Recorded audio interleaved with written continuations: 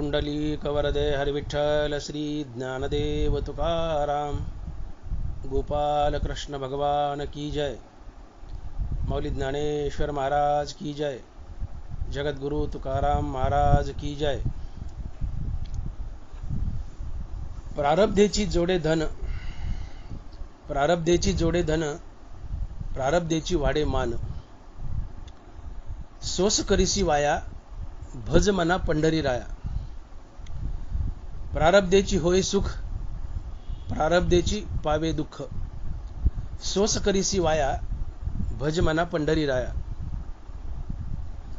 प्रारब्धेची भरे पोट, प्रारब्धेची भरे पोट, तुका करीना बोबाट, सोस करीसी वाया, भज मना पंढरी राया। प्रस्तुत कीर्तनरूपी सेवेसाठी निवडलेला अभंग जगद्गुरु श्री संत तुकाराम महाराज यांचा 4 चरणाचा आणि प्रारब्धपर प्रकरणातील अभंग आहे। प्रारब्धेची जोडे धन, प्रारब्धेची वाडे मान, सोस करीसी वाया, भज मना पंढरी राया। प्रारब्धेची जोडे धन, प्रारब्धेची वाडे मान।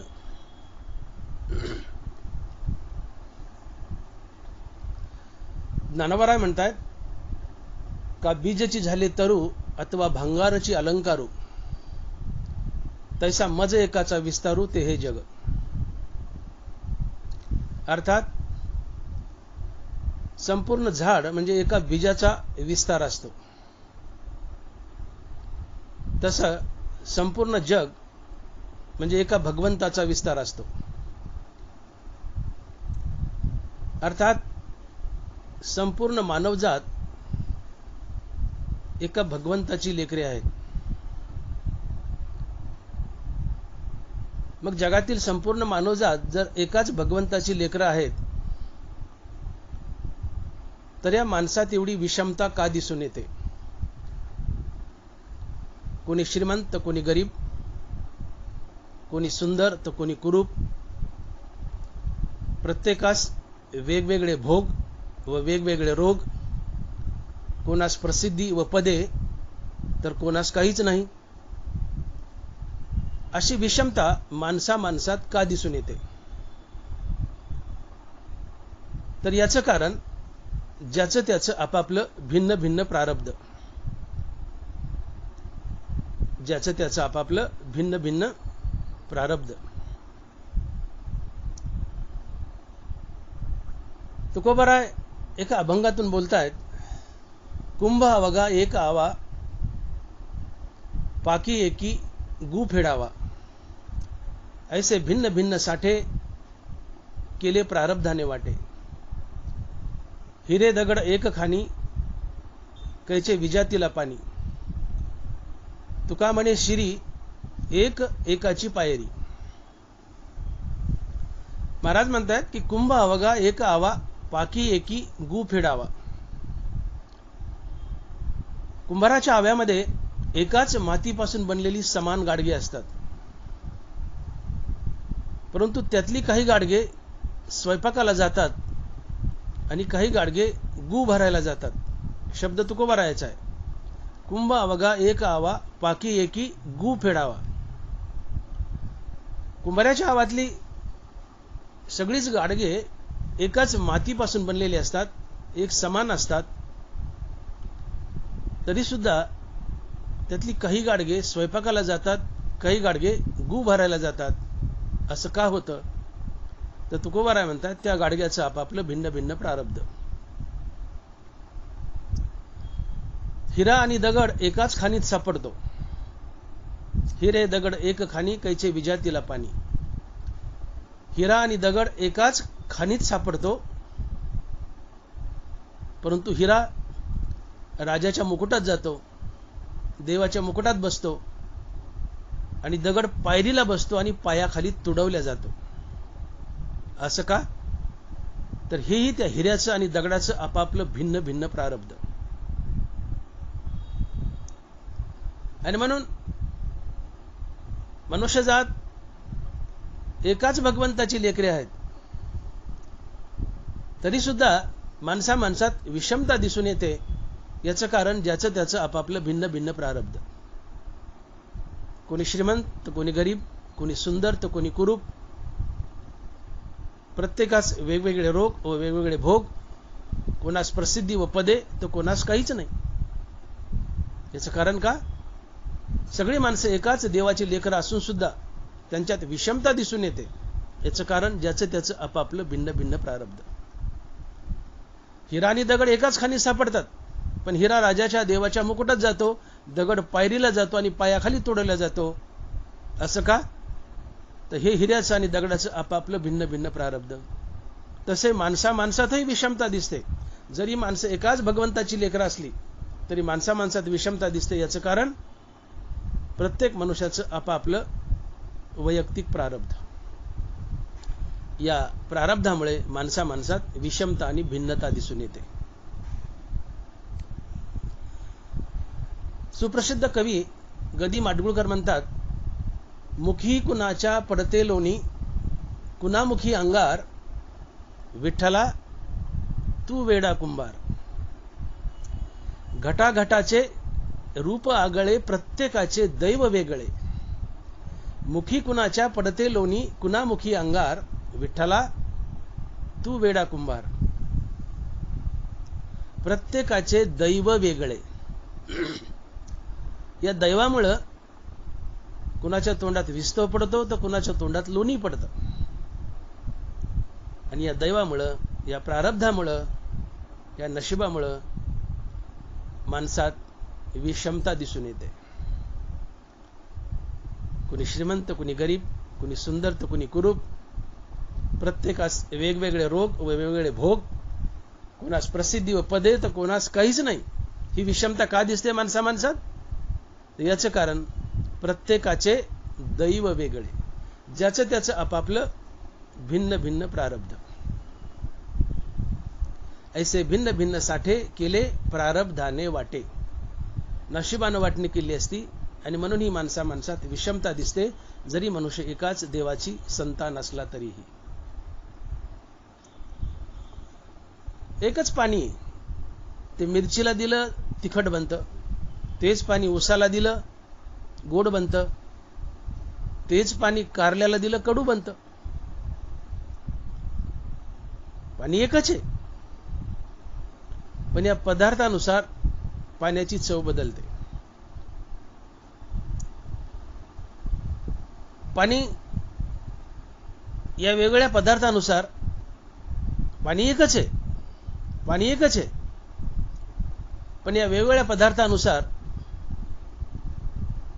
त्या पाण्याची चव बदलते. तसा देव एकच आहे आणि सगळे तुम्ही आम्ही देवाची संतान आहोत. परंतु देवाची संतान असूनही आपापल्या प्रारब्धामुळे माणसा माणसात भिन्नता दिसून येते. प्रत्येक पदार्थाच्या चवीनुसार पाण्यात भिन्नता दिसून येते. जरी पाणी एकच आहे, पाणी एकच आहे, मिरचीला दिलं तिखट, उसाला दिलं गोड, कारल्याला दिलं कडू, पाणी एकच आहे, पण वेगवेगळ्या पदार्थाच्या चवीनुसार पाण्यात भिन्नता दिसून येते. तसं देव एकच आहे, तुम्ही आम्ही देवाची संतान आहोत, तरी सुद्धा तुमच्या आमच्यात प्रत्येकात भिन्नता दिसून येते. याचं कारण ज्याचं त्याचं वेगवेगळं वैयक्तिक प्रारब्ध. ऐसे भिन्न भिन्न साठे केले प्रारब्धाने वाटे. आता प्रारब्ध म्हणजे काय? हे प्रारब्ध कसं घडतं? प्रारब्ध म्हणजे नशीब साध्या भाषेत. या प्रारब्धाला अनेक पर्यायी शब्द आहेत. प्रारब्ध म्हणजे नशीब, कर्म, मुकद्दर, तकदीर, दैव, अदृष्ट असे प्रारब्धाला अनेक पर्यायी शब्द आहेत. साध्या भाषेत प्रारब्ध म्हणजे नशीब, दैव, कर्म. हे प्रारब्ध कसं बनतं? श्री संत विसोबा खेचर म्हणतात की जैसे असेल आचरण, घडले असेल पाप पुण्य, तैसे सानुकूल होतील कर्म, मान अपमान जन करीती. जैसे असेल आचरण, घडले असेल पाप पुण्य. अर्थात गत जन्मातील पाप पुण्याची बेरीज म्हणजे संचित, आणि या संचिताचा या प्राप्त जन्मात दिलेला भोग म्हणजे प्रारब्ध.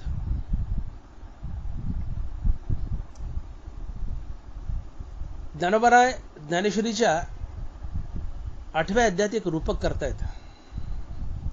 माऊली लिहितायत, जो चेतनेचा चक्षु, इंद्रिय दिशीचा अध्यक्षु, देहास्तमानी वृक्षु, संकल्प विहंगाचा.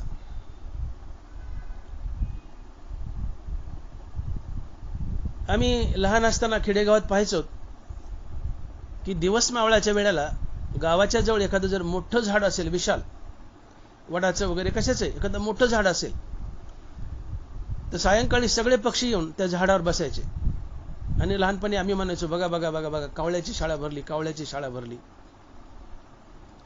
जसे संध्याकाळच्या वेळेला सगळे पक्षी येऊन एका मोठ्या झाडावर बसतात, तसं मरण समयी आपली सर्व बरी वाईट कर्म, आपलं पाप पुण्य आपल्या जीवात्म्यावर येऊन बसतं. आणि हा जीव अर्थात जीवात्मा या सर्व कर्मासहित, पाप पुण्यासहित पुढच्या जन्माच्या प्रवासाला निघतो. आणि पुढच्या प्राप्त मनुष्य जन्मात तुम्हाला या कर्माचा भोग द्यावा लागतो. हे प्रारब्ध असतं, त्यालाच नशीब म्हणतात. आणि म्हणून ज्ञानोबा लिहितायत की चेतनेचा चक्षु, इंद्रिय दिशीचा अध्यक्षु, देहास्तमानी वृक्षु, संकल्प विहंगाचा. अर्थात पक्षी जसे संध्याकाळी एका मोठ्या झाडावर येऊन बसतात, तसं मरण समयी आपली सर्व बरी वाईट कर्म, पाप पुण्य जीवावरात अर्थात जीवात्म्यावर येऊन बसतात. आणि हा जीवात्मा या सर्व कर्मासहित, पाप पुण्यासहित पुढच्या जन्माच्या प्रवासाला निघतो. आणि पुढच्या प्राप्त मनुष्य जन्मात आपल्याला या सर्व बऱ्या वाईट कर्माचा, पाप पुण्याचा भोग द्यावा लागतो. याला प्रारब्ध म्हणतात, यालाच नशीबही म्हणतात. 1000 गावरान गायी आहेत.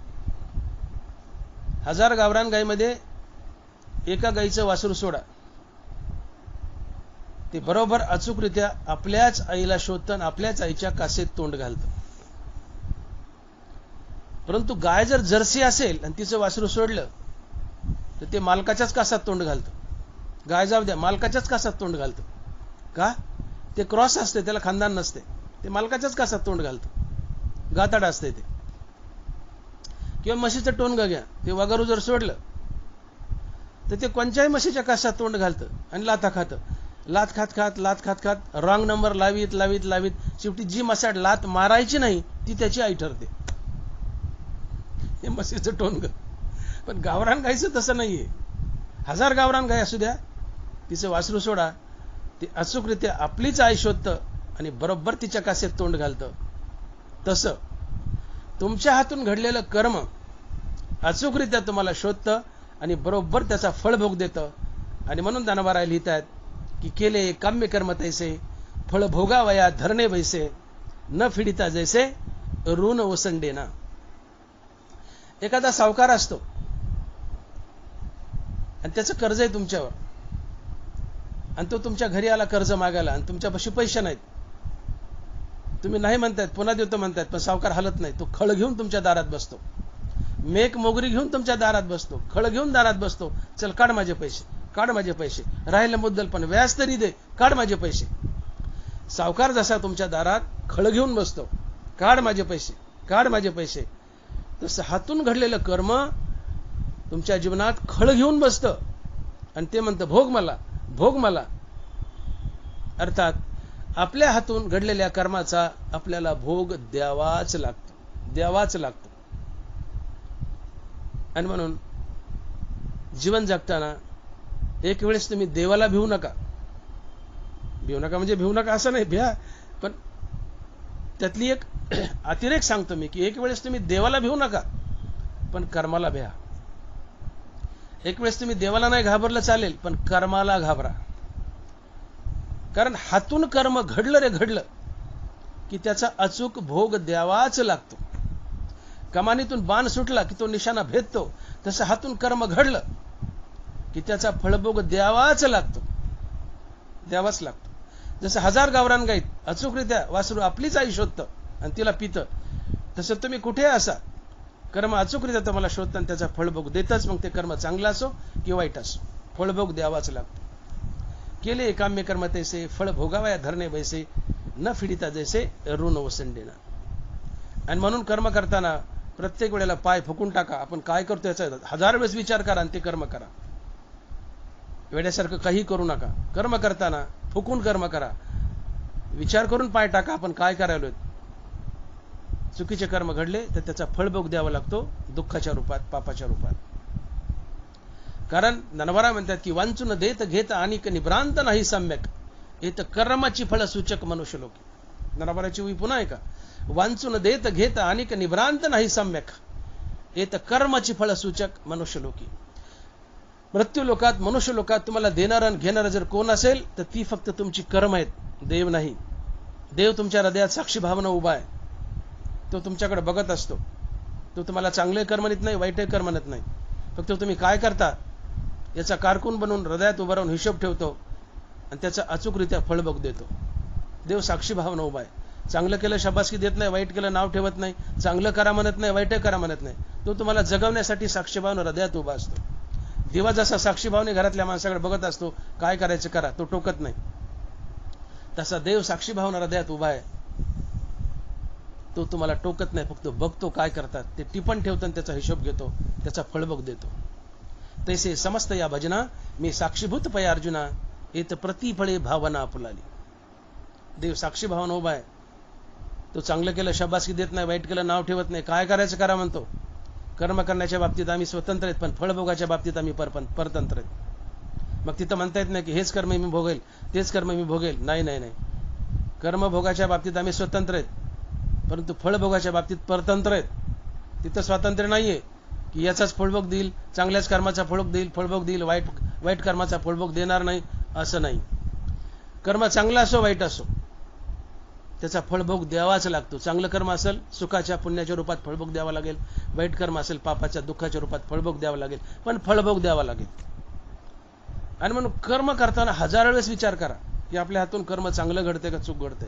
चुकीचं कर्म करू नका. 1000 वेळेस विचार करून पुढचा पाय टाका. कारण मनुष्य लोकात तुम्हाला देणारा आणि घेणारा जर काय असेल तर ते फक्त तुमचं कर्म आहे. तुमचं प्रारब्ध नशीब कर्मावर घडतं, देव घडवत नाही. तुमचं कर्म, तुमचं नशीब, तुमचं प्रारब्ध तुम्ही घडवता बऱ्या वाईट कर्माने. आणि या कर्माचा या तुम्ही केलेल्या कर्माचा फळभोग अचूकरित्या द्यावाच लागतो.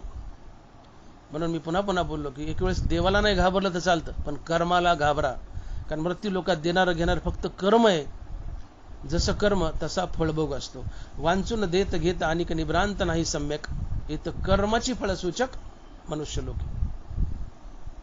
म्हणून कर्माला घाबरा. कर्म केलं त्याचा फळभोग द्यावाच लागतो. जसं मी बोललो 1000 गाईत एक वासरू सोडा, गावरान गायचं ते बरोबर आपल्या आईला शोधतं. हातून कर्म घडलं ते बरोबर तुम्हाला शोधतं आणि त्याचा फळभोग देतं. सावकार जसा मेक मोगरी घेऊन बसतो दारात, खळ घेतो, काढ माझे पैसे, काढ माझे पैसे, दे माझं कर्ज. तसं कर्म म्हणतं भोग मला, भोग मला, भोग मला. ते खळ घेऊन दारात बसतं, त्याचा फळभोग द्यावा लागतो. आणि ते फळभोग देताना आपण कणत बसतो. मग माझ्यात नशिबाला कसं आलं, मीच काय वाईट केलं, हे देवच नाही जगात, हे देवाच काहीच खरं नाही, मलाच बिमाऱ्या देतोय, मलाच गरिबी देतोय, मलाच रोगराई देतोय, देवाच्या नावाने करू नका. हे तुम्ही केलेलं कर्म आहे, त्याचा फेड आहे. मृत्यू लोकात देणारं घेणारं कर्म आहे, दुसरं काही नाहीये. देव देत नाही, घेत नाही. देव फक्त जीवन ठेवायला साक्षी भावणारा द्यात उभा आहे. देणारं घेणारं कर्म आहे. आणि म्हणून शाने व्हा. इथं कुणाला फुलन कुणाला काटे हे आपापल्या कर्माने मिळत असतात. साऱ्या भेनं जाता येतं, पण कर्मा भेनं कुठं जाता येत नाही. जीवनात कुणाला फुलं आणि कुणाला काटे हे कर्माने मिळतात, देवाने नाही. देव तुम्हाला सुखही देत नाही, दुःखही देत नाही. तो जीवन ठेवण्यासाठी साक्षी भावणारा द्यात उभा असतो. देणारे घेणारे कर्म असतात. आणि म्हणून एक वेळेस देवाला घाबरू नका, पण कर्माला घाबरा. कारण कर्म हातून घडलं रे घडलं की त्याचा अचूकरित्या फळभोग द्यावाच लागतो. आणि म्हणून आम्हाला कसं जगवायचं हे आमचे नशीब ठरवतं. फक्त कसं वागायचं एवढंच आम्ही ठरवू शकतो. आम्हाला कसं जगवायचं आमचं नशीब ठरवतं. आणि नशीब जसं जसं जगवेल आम्हाला तसं तसंच वागावं लागतं. त्यात आम्हाला बदल करता येत नाही. मी बोलून गेलो की फळभोगाच्या बाबतीत, कर्म करण्याच्या बाबतीत आम्ही स्वतंत्र आहेत, पण फळभोगाच्या बाबतीत आम्ही परतंत्र आहेत. कोणतंही कर्म आमच्या हातून घडलं, चांगलं असो वाईट असो, त्याचा फळभोग द्यावाच लागतो. कर्म करण्याच्या बाबतीत आम्ही स्वतंत्र आहेत, फळ भोगाच्या बाबतीत परतंत्र आहेत. तिथं चॉईस नाही की चांगल्याचं फळ भोगील, वाईट कर्माचं फळ भोगणार नाही. नाही नाही नाही, चांगले असो वाईट असो, सुखाने दुःखरूपात दोन्ही कर्माचा फळभोग द्यावाच लागतो. आणि म्हणून नशीब जसं जसं जगवेल तसंच आम्हाला जगावं लागतं. त्यात आम्हाला हस्तक्षेप करता येत नाही, कारण नशीब बलवान आहे. या नशिबाला तुकोबाराय म्हणतात, तुका म्हणे प्रारब्ध जी गाडे काही न चलेत यापुढे. नशीब बलवान आहे आणि बलवान नशिबापुढे काही चालत नाही. ज्ञानोबराय म्हणतात, हागा रोगू काय रोगिया, आवडे दरिद्र दरिद्रिया, परी भोग विजय बळिया अद्रष्टा जेने. अद्रष्ट म्हणजे नशीब. हागा रोगू काय रोगिया, आवडे दरिद्र दरिद्रिया, परी भोग विजय बळिया अद्रष्टा जेने. कुणाला वाटतं मला मोठे मोठे रोग व्हावेत? कुणालाच नाही. कुणाला वाटतं मला भिकारपणी यावं? कुणालाच नाही. आम्हाला रोगराई आवडत नाही, आम्हाला भिकारपण आवडत नाही. परंतु या बलवान प्रारब्धानं जर तुमच्या नशिबात हे भिकारपण आणि रोगराई लिहिली असली, तर हे बलवान प्रारब्ध हे भिकारपण आणि रोगराई तुमच्याकडे भोगूनच घेतं. आणि म्हणून ज्ञानोबराय लिहितायत की हागा रोगू काय रोगिया, आवडे दरिद्र दरिद्रिया, परी भोग विजय बळिया अद्रष्टा जेने. अरे बाबा, तुला लाख दुःख आवडत नाही, तुला दारिद्र्य आवडत नाही, गरिबी आवडत नाही, रोगराई आवडत नाही, तुला आवडत नाही. पण या बलवान नशिबाने तुझ्या नशिबात, बलवान प्रारब्धाने तुझ्या नशिबात जर रोगराई आणि दारिद्र्य लिहिलंच असेल, तर ते तुला भोगावंच लागतं. हागा रोगू काय रोगिया, आवडे दरिद्र दरिद्रिया, परी भोग विजय बळिया अद्रष्टा जेने. अद्रष्ट म्हणजे नशीब. नशीब बलवान आहे. तुकोबाराय नशिबाला अद्रष्ट म्हणतात आणि अद्रष्ट बलवान आहे. भोग विजय बळिया अद्रष्टा जेने. नशीब बलवान आहे. तुकोबाराय म्हणतात, तुका म्हणे प्रारब्ध जी गाढे काही न चलेत यापुढे. नशीब गाढ आहे, बलवान आहे, त्यापुढे काही चालत नाही. नशिबाचा भोग द्यावाच लागतो, तो कुणीही असो. आणि मग तुकोबाराय म्हणतात की तुम्हाला गरिबी श्रीमंती, मान सन्मान, सुख दुःख या सगळ्या गोष्टी तुमच्या प्रारब्धानं मिळतात. प्रारब्धानच मिळतात. आणि म्हणून महाराज म्हणतात की प्रारब्धानच तुम्ही धन जोडता, प्रारब्धानच तुम्ही मानही जोडता. हे तुकोबाराय अभंगाच्या पहिल्या चरणात सांगतात. आणि महाराज लिहितायत की प्रारब्धेची जोडे धन, प्रारब्धेची वाडे मान. प्रारब्धेची जोडे धन, प्रारब्धेची वाडे मान. तुकोबाराय म्हणतात, जीवनात मिळणारी प्रत्येक गोष्ट ही तुम्हाला तुमच्या नशिबानं मिळत असते. तुम्ही लाख प्रयत्न करा, तुम्ही स्वतः काही मिळू शकत नाही. ते नशिबात असलं तरच मिळतं, तुमच्या प्रयत्नानं मिळत नाही. ते नशिबात असावं लागतं, मग ते काही असो. अन्न मान धन हे तो प्रारब्ध आधीनं. तुकोबाराय, तुम्हाला मिळणारं अन्न, तुम्हाला मिळणारा मान, तुम्हाला मिळणारं धन हे नशिबानं प्रारब्धानं मिळत असतं. अन्न मान धन हे तो प्रारब्ध आधीनं. जीवनात मिळणारी प्रत्येक गोष्ट ही नशिबाने घ्यावी लागते. प्रयत्न दुबळा असतो. प्रयत्नवाद तर हवाय, पण प्रयत्नवादाला प्रारब्धवादाची जोड हवी. प्रयत्न तर आवश्यक आहे, प्रयत्नाशिवाय कसं मिळेल, पण एकटा प्रयत्न दुबळा पडतो. प्रयत्नाला प्रारब्धाची जोड लागते. ज्ञानोबरायाची साक्ष देत आहेत, माऊली लिहित आहेत, भाग्य तेथ विलासू, सुख तेथे उल्हासू, हे असो तेथ प्रकाशू, जेत सूर्य. वो नीट आहे का ज्ञानोबरायाची? भाग्य तेथ विलासू, सुख तेथे उल्हासू. भाग्य तेथ विलासू, सुख तेथे उल्हासू, हे असो तेथ प्रकाशू, सूर्य जेत. जिथं सूर्य आहे तिथं प्रकाश आहे, जिथे उल्हास आहे तिथं सुख आहे, आणि जिथे भाग्य आहे तिथं विलास आहे. भाग्य तेथ विलासू, सुख तेथ उल्हासू, हे असो तेथ प्रकाशू, सूर्य जेत. जिथं सूर्य तिथं प्रकाश, जिथं सुख तिथे उल्हास, आणि जिथे भाग्य तिथे विलास अर्थात श्रीमंती. भाग्य तेथ विलासू हा सिद्धांत आहे. भाग्याचे निभडसे, उद्यमाचे निमिसे, समृद्धी जाता पैसे घररी गे. भाग्याचा उदय व्हायचा असेल तर श्रीमंती कडी कुलप तोडून तुमच्या घरात शिरते.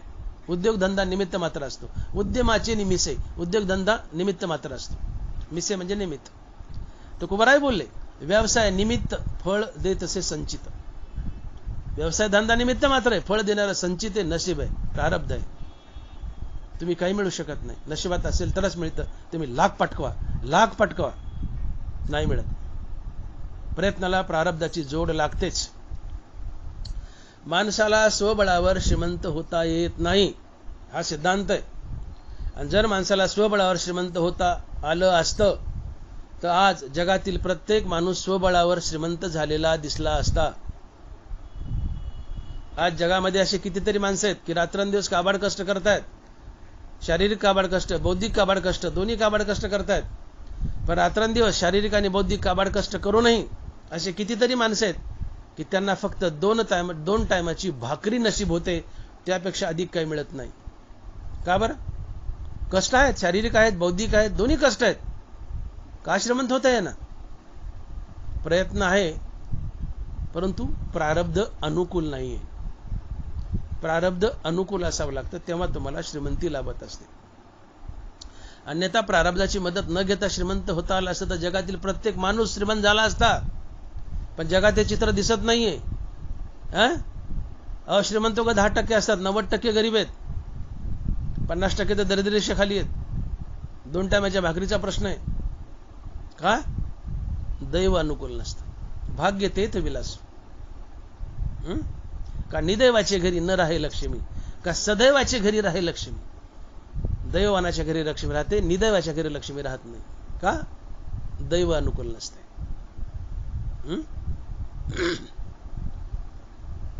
आणि म्हणून समाजात लोकांचे जे गैरसमज आहेत ते आम्ही आमच्या स्वबळावर श्रीमंत होऊ, शक्य नाहीये.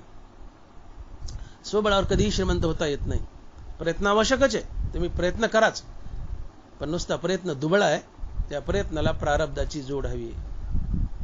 कारण नरवराची साक्ष देतात, माऊली लिहितात का ललाटीचे लिहिले न मोडेगा काही केले, काळे गोरेपण धुतले फिटवणे. तुकोबाराय म्हणतात, जेत जातो ते कपाळ सांगाती, अगा सटवीचे राती न विसंबेजे जेवी वाती, तैसा ईश्वर निर्णय चित्ती वाहने सदा. बघा, का ललाटीचे लिहिले न मोडेगा काही केले, काळे गोरेपण धुतले फिटवणे. सटवी 5वीला बाळाच्या दिवसावर बाळाच्या कपाळावर भाग्य लिहून जाते. अगा सटवीची राती, ती बाळाची 5वी असते आणि 6वी येऊन बाळाच्या कपाळावर त्याचं भाग्य लिहून जाते की त्याला काय काय भोग मिळतील, काय काय रोग मिळतील, तो किती श्रीमंत होईल, किती गरीब राहील, त्याच्या जीवनात त्याला काय काय मिळेल, काय काय सुख आणि काय काय दुःख मिळेल. 6वी बाळाच्या कपाळावर 5व्या दिवशी लिहून जाते. शब्द ज्ञानोबा राहायचा आहे, अगा सटवीची राती न विसंबीजे जेवी वाती. आणि म्हणून बाळाच्या 5वीच्या दिवशी बाया त्या दिव्याला विसंबत नाहीत, रात्रभर तेल घालत बसतात की 6वी यायलीये. दिवा जर विजला तर 6वीला बाळाच्या कपाळावर अंधारात भाग्य लिहिता यायचं नाही, एखादं अक्षर चुकीचं पडेल. म्हणून बाया रात्रभर त्या दिव्याला तेल घालतात. ज्ञानोबा सांगतात, अगा 6वीची राती न विसंबीजे जेवी वाती. त्या वातीला विसंबू नये, ती वात विजू देऊ नये. हुकून चुकून ती विजली तर अंधारात 6वीला भाग्य लिहिता येत नाही. आणि म्हणून तिथं दिवा तेवत ठेवावा, प्रकाशात 6वी भाग्य लिहून जाते. अर्थात कपाळावर जे लिहिले 6वीने ते तुम्हाला भोगावंच लागतं. जे लिहिले तेच मिळेल, त्यापेक्षा अधिक काही मिळत नाही. नाथ महाराज म्हणतात, स्वयशीनता अहोराती द्रष्टा वेगळी अनुभरी प्राप्ती, कदा न चढे कोणाचे हाती, हे साधक जाणती सज्ञान. नीट आहे का नाथ महाराजाची? स्वयशीनता अहोराती अद्रष्टा वेगळी अनुभरी प्राप्ती, न चढे कोणाचे हाती, हे साधक जाणती सज्ञान. अद्रष्टा वेगळी अनुभरी प्राप्ती, न चढे कोणाचे हाती. अद्रष्ट म्हणजे नशीब. नशिबाशिवाय एक फुटकी कवडी आगो मिळत नाही, मिळवली तर ती टिकत नाही. नशिबात आहे तेवढंच मिळेल. अद्रष्टा वेगळी अनुभरी प्राप्ती, कदा न चढे कोणाच्या हाती. नशिबाशिवाय एक फुटकी कवडी अधिक मिळत नाही, मिळवली तर ती टिकत नाही. पन्हाळ्यातून आलं, मोरीतून गेलं. अर्थात नशिबात आहे तेवढंच मिळेल, त्याहून अधिक तुम्हाला मिळू शकत नाही. मिळवलं लांडीला पण ते टिकत नाही. तात्पर्य, जसा काळा आणि गोरा रंग कशानेच घालवता येत नाही, तसं कपाळावर लिहिलेलं हे कशानेच घालवता येत नाही. हे दानोबारा बोलतायत का ललाटीचे लिहिले न मोडेगा काही केले, काळे गोरेपण धुतले फिटवणे. काळा माणूस किती नटू द्या, किती पावडर लावू द्या, स्नो लावू द्या, मेकअप करू द्या, आंघोळ केली काळ काळच, काळे मटकू नये, नटू नये, काळ काळच. गोरगोरच. गोऱ्याला किती डांबर लावा, खपली धरील खाली पडेल, गोरगोरच. काळ्याने किती नोट द्या, काळं काळच. जसा काळा आणि गोरा रंग कशानेच घालवता येत नाही, तसं कपाळावर लिहिलेलं कशानेच घालवता येत नाही. ते भोगूनच पार पाडावं लागतं.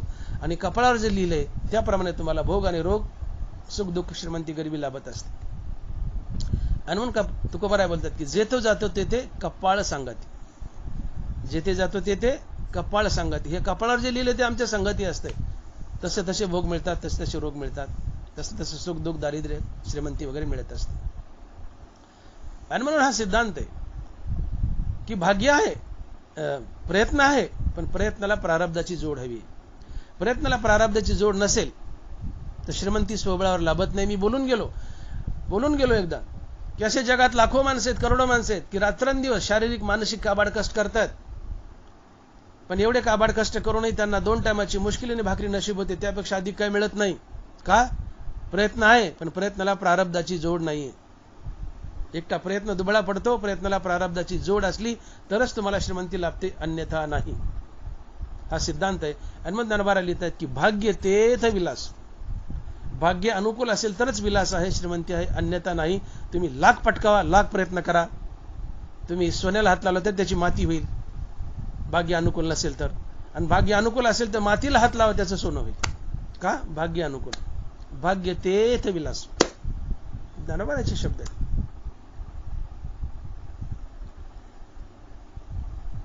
भाग्यात जर श्रीमंती असेल, भाग्य अनुकूल असेल, प्रयत्न तर हवा आहे, पण भाग्यात श्रीमंती असेल तर ती प्रयत्नासोबत तुमच्या जीवनात आपोआप चालून येते. प्रयत्न आहे, मी प्रयत्न नाही असं नाही म्हणत. दे रे हरी पलंगावरी असं बोलत नाही, शास्त्रे असं बोलत नाही, ज्ञानेश्वरी गाथा असं सांगत नाही की दे रे हरी पलंगावरी झोपोंडा श्रीमंतीला, असं नाही. ते प्रयत्न तुम्हाला ते प्रारब्ध तुम्हाला हातपाय हलावायला होतं. प्रयत्न आहे, पण प्रयत्नाला प्रारब्ध अनुकूल असेल तर श्रीमंती तुमच्या घरात जसं नारळात पाणी आपोआप येतं, तशी श्रीमंती तुमच्या घरात आपोआप चालत येते. तुम्हाला एक उदाहरण सांगतो. एकदा एक मनुष्य 2 दिवसाचा उपवास, भूक लागली म्हणून शेतात गेला, एका बोरीला दगड मारू लागला. बोरं पाडावीत आणि खावीत यासाठी बोरीला दगड मारू लागला. पण तिथून बाजूने रस्त्याने एक राजाची स्वारी चालली होती. दगड मारता मारता एक दगड चुकून नीट गेला, राजाच्या मस्तकात बसला. राजाचं कपाळ फुटलं आणि भळबळ भळबळ रक्त गळू लागलं. आता राजा तो, शिपाई धावले, या माणसाला पकडलं, राजापुढे नेऊन उभा केलं. या शिपाईला वाटलं आता राजा नक्की याला फाशी शिक्षा देतोय. राजा तो, कपाळ फुटले, रक्त वाहिले. पण हा मनुष्य गयावया करू लागला, राजाच्या पाय पडला, म्हणले राजासाहेब माफ करा, माफ करा, गरीब माणूस आहे, 2 दिवस झालो म्हणजे माझ्या पोटात अन्न नाहीये, उपवास 2 दिवसाचा, पोटाची आग भागवाई म्हणून मी बोरीला दगड मारत होतो, बोरो खावा म्हणलं, चुकून तुम्हाला दगड लागला, मुद्दाम नाही मारला, मला माफ करा बाबा. राजाच्या मनात दया निर्माण झाली आणि राजा विचार करू लागला की माझ्या राज्यात माणसं 2-2 दिवस उपाशी आहेत आणि मला पताही नाही, मी असला कसला राजा. झाडाला दगड मारलं तर त्या बदल्यात झाड फळ देतं. झाडाला इजा केली, झाडाला दगड मारला म्हणजे इजा केली, झाडाला इजा केली, झाडाला दगड मारला तर त्या बदल्यात झाड फळ देतं. मग यांनी मला दगड मारलाय तर मी याला शिक्षा कशी देऊ? मी झाडापेक्षा वाईट आहे का? मी झाडापेक्षा वाईट आहे का? झाडाला दगड मारला, इजा केली तर झाड फळ देतंय, मला दगड मारला तर मी शिक्षा कशी देऊ? मी झाडापेक्षा वाईट आहे का? राजाला दया आली. राजाने त्याला जवळ घेतलं, पाठीवून हात फिरवला, म्हणले बाबा, आपल्या सरदारला सांगितलं, प्रधानाला, की याला आपल्या हिश्श्यातली, आपल्या राज्यातली 5 एकर जमीन द्या, 1 बैलगाडी द्या, 2 बैल द्या आणि 22,000 रुपये द्या आणि जा म्हणले बाबा, सुखाने संसार कर. याला म्हणायचं भाग्य तेथे विलास. भाग्य अनुकूल आहे, श्रीमंती आपोआप चालत आली. कशी आली? नारळात पाणी आहे, नारळात पाणी आलं, कसं आलं? आपोआप आलं. भाग्य अनुकूल आहे, श्रीमंती आली, 5 एकर शेती आली, 22,000 रुपये आले, बैल आले, गाडी आली, श्रीमंती आली. कशी आली? आपोआप आली. का? भाग्य अनुकूल आहे. भाग्य अनुकूल असेल, श्रीमंती चालत येते. भाग्याची निवडसे कडी कुलप तोडून येते. भाग्य अनुकूल आहे, असावं लागतं तर येते. एकदा एक मनुष्य जीवनाला वैतागला आणि मला आत्महत्या करायची, मला मरायचे. अनेक वाईट कामं करू लागला, पण त्याला काही मरण येईना. सापाच्या बिळात, त्या वरळात हात घालून बसला, पण साप चावाना, मरणच येईना. म्हणले मग एक गोष्ट करू, चला बरं म्हणले, राजाच्या दरबारात जाऊन राजाच्या थोबाडात मारू म्हणले. राजा फाशी शिक्षा देईल आपल्याला. गेला दरबारात, सगळ्या लोक आपली गारणं सांगलेत, हे बसलं, हे उठलं, म्हणले मला काय ते सांगायचं, काहीच सांगायचं नव्हतं, पण उठलं म्हणले सांगायचं, गेलं राजाकडे. काही सांगितलं ना, राजाच्या मुस्काळात थोबाडात मारली, जोरात थोबाडात मारली राजाच्या. तसं राजाचा मुकुट पडला आणि त्या मुकुटातून एक सापाचं पिल्लू निघलं आणि ते चिंग चिंग चिंग चिंग पळू लागलं. राजाने पाहिलं, यांनी मारलंय, पण माझा मुकुट पडला आणि त्या मुकुटातून सापाचं पिल्लू निघलंय. यांनी मारलं नसतं, ते साप चावला असतं, मी मेलो असतो. राजाने त्याला फाशी शिक्षा दिली नाही, त्याला 1,00,000 रुपये बक्षीस दिलं. याला म्हणायचं भाग्य तेथे विलास. हा मरण मागायला गेला, पण याला 1,00,000 रुपये मिळाले. भाग्य अनुकूल आहे.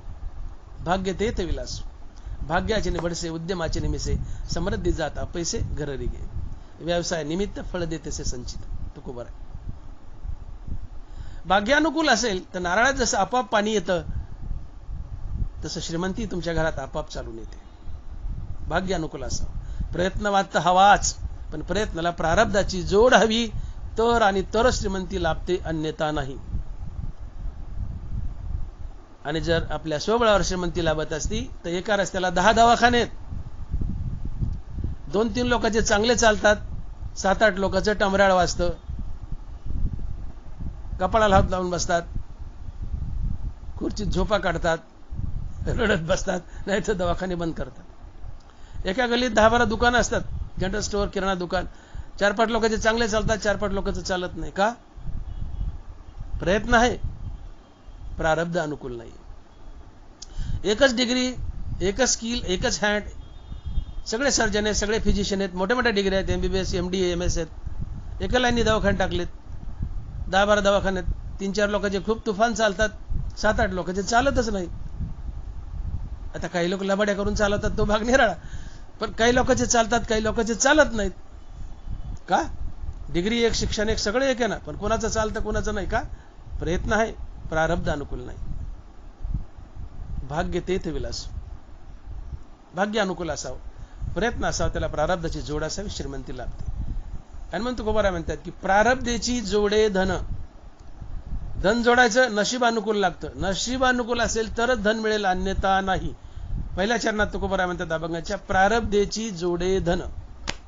नशीब अनुकूल असेल, प्रारब्ध अनुकूल असेल तर आणि तरच धन मिळेल, अन्यथा नाही. आणि नशीब अनुकूल नसताना धंदा टाकलाय, परंतु नशीब अनुकूल नाहीये, आणि मग तिथं लांडीला वडी करून, खोटी प्रॅक्टिस करून, खोटं दुकान चालून, काटा मारून, चुकीचा भाव लावून, चुकीच्या मार्गानं, लबाडीने जर त्या व्यवसायातून पैसा काढलाच किंवा भ्रष्टाचाराने पैसा घरात आणलाच, तर तो पैसा हत्तीने खाल्लेल्या कवटासारखा निघून जातो. तुम्ही म्हणाल हत्तीने खाल्ले कवट आणि निघून जातो, काय भानगडे? तुम्ही हत्तीला कवट खाऊ घाला आणि सकाळी त्या हत्तीचं शेण चापा, ते कवट अलगद जसंच्या तसं त्याच्या शेणात मागून पडतं, ॲनस मधून, गुदद्वारातून. आणि ते कवट फोडा, त्यातला मगज गायब झालेला असतो. कवट तर शाबीत आहे, कुठं तडकलं नाही, फुटलं नाही, पण त्यातला मगज गायब झाला. हत्तीने कवट खाल्ले, अख्खाच्या अख्खा कवट संडासमध्ये त्याच्या शेणामध्ये मागून पडतं गुदद्वारातून. कवट कुठं तडकलं नाही, फुटलं नाही, पण त्यातला मगज गायब झाला. कसा गायब झाला? हत्तीने पचवला. कसा पचवला? उत्तर नाही, आपोआप गायब झाला. तसंच दुकानदारी चालत नाही, पण लबाडीने चालवण्याचा प्रयत्न केला, लबाडीने धन घरात आणलंच, तर तुमची संपत्ती ही गायब होते, त्या हत्तीने खाल्लेल्या कवटासारखी, ती टिकत नाहीये. आणि म्हणून ज्ञानोबा बोलतायत की निदैवाचे व्यवसाय तैसे ठाकती हातपाय. निदैवी हात, व्यवसाय टाकलाय पण भाग्य अनुकूल नाहीये, धंदा चालणारच नाही. निदैवी हात, निदैवाचे व्यवसाय तैसे ठाकती हातपाय, अमंत्र्या राज्याचे परिहाय बळाया. एखादा राजा आहे, त्याला मंत्रिमंडळच नाहीये, राज्य मोडकळीस येतं. धंदा टाकलाय पण दैव अनुकूल नाहीये, निदैवी आहे, व्यवसाय धंदाही मोडकळीस येतो. नीट आहे का? राजा आहे, त्याला मंत्रिमंडळ नाहीये, राज्य मोडकळीस येतं. धंदा टाकलाय, भाग्य अनुकूल नाहीये, निदैवी आहे, धंदाही मोडकळीस येतो. निदैवाचे व्यवसाय तसे ठाकती हातपाय, अमंत्र्या राज्याचे पर्याय बळाया. ज्ञानोबा आहे. कापड दुकान टाकलंय, निदैवी आहे, नाही चाललं. निदैवाचे व्यवसाय नाही चाललं, दैव अनुकूल नाही, बंद केलं. किराणा दुकान टाकलं, निदैवी आहे, दैव अनुकूल नाही, नाही चाललं, बंद केलं. खताचं दुकान टाकलं, निदैवी आहे, दैव अनुकूल नाही, नाही चाललं. वैतागून बंद केलं, शेती करू लागला, ऊस लावला, दुष्काळ पडला, विहीर आटली. दैव अनुकूल नाही, निदैवाचे व्यवसाय. तुम्ही निदैवी असाल तर लाख प्रयत्न करा, नाही मिळत. मी बोलून गेलो, निदैवी आहे ना, सोन्याला हात लावला माती होईल. दैव अनुकूल आहे, मातीला हात लावा सोनं होईल. दैव अनुकूल असावं. आणि दैव गतजन्मातील पाप पुण्यानं घडत असते. गतजन्मातले गडगंज पुण्यवान लागतात तेव्हा दैव अनुकूल असतं, दैव घडतं. गतजन्मातले पापी असाल तर दैव घडत नाही, दैव साथ देत नाही. आणि म्हणून दैवात नसताना, दैवात असेल तर लक्ष्मी, पैसा, धन, कडी कुलप तोडून तुमच्या घरात येईल. पण दैवात नसेल आणि दैवात नसताना लबाडीने जर लक्ष्मी घरात आणलीच, धंदा टाकलाय पण चला ना, मग खोटं नाटक कर, काटा छान, कमी जास्त भाव लाव, किंवा भ्रष्टाचार कर, नोकरीतून लोकांचे मुंडके मोडून पैसे आण, कुठल्याही वाम मार्गाने जर लांडी लबाडी करून घरात पैसा आणलाच तर तो पैसा टिकत नाही. तो हत्तीने खाल्लेल्या कवटासारखा निघून जातो. हत्तीने कवट खाल्लं, अख्खं कवट शेणात पडलं, मगच गायब झाला. तसं त्या मगसासारखं तुमची संपत्ती गायब होती. तुम्ही लाखाने आणा, कोटीने आणा, त्या कवटाच्यातला मगच गायब केला हत्तीने. कवट तशा बी ते, पण मगच गायब केला. तुम्ही कोट्यावधी रुपये आणले लबाडीने, भ्रष्टाचाराने, ती लक्ष्मी गायब होती, तुमच्या घरात टिकत नाही. का? तर लक्ष्मीने शपथ खाल्ली, मी थांबेल तर माझा नवरा भगवान कृष्ण याच्या बाजूला, इतरत्र कुठेही नाहीये. तैसे सकळ पुरुषार्थ जेने स्वामी का सनाथ, तो श्रीकृष्ण राव जेथ तेथ लक्ष्मी. हे असो लक्ष्मी स्थिरावली मुकुंदी जैसी. लक्ष्मीने शपथ खाल्ली आहे, तो श्रीकृष्ण राव जेथ तेथ लक्ष्मी. जिथे माझा नवरा कृष्ण उभा तिथेच मी उभी राहील, इतरत्र कुठेही उभी राहणार नाही. लक्ष्मीने शपथ खाल्ली, मी कृष्णापाशी उभी असेल, आणि कृष्णाने शपथ खाल्ली मी उभा असेल तर फक्त नीती आणि भक्ती या दोन गोष्टीपाशी. कृष्ण नीती आणि भक्तीपाशी आहे. अर्थात नीती आणि भक्तीपाशी कृष्ण आणि कृष्णापाशी लक्ष्मी, हे समीकरण. नीती आणि भक्तीपाशी कृष्ण आणि कृष्णापाशी लक्ष्मी. हनुमंत तुकोबाराय बोलतात की माझे भक्त गाती जिथे नारदा मी उभा तिथे. देवाने शपथ खाल्ली की माझी भक्त गाती जिथे नारदा मी उभा तिथे. अर्जुनाने देवाने अर्जुनाला एक पत्ता सांगितलाय कायमचा, की अर्जुना तुला जर वाटलं कधी की देवाला भेटावं तर मला कुठेही शोधू नको, तुला एक कायमचा पत्ता देतो मी, तिथं नक्की सापडेल. एक वेळी मी वैकुंठी नसे, भानुबिंबीही न दिसे, वरी योगी यांची मानसे उमरडून जाय, परी तयापाशी पांडवा हरपला मी गिवसावा, जेत नाम घोषू बरवा करीती ते माझ्या.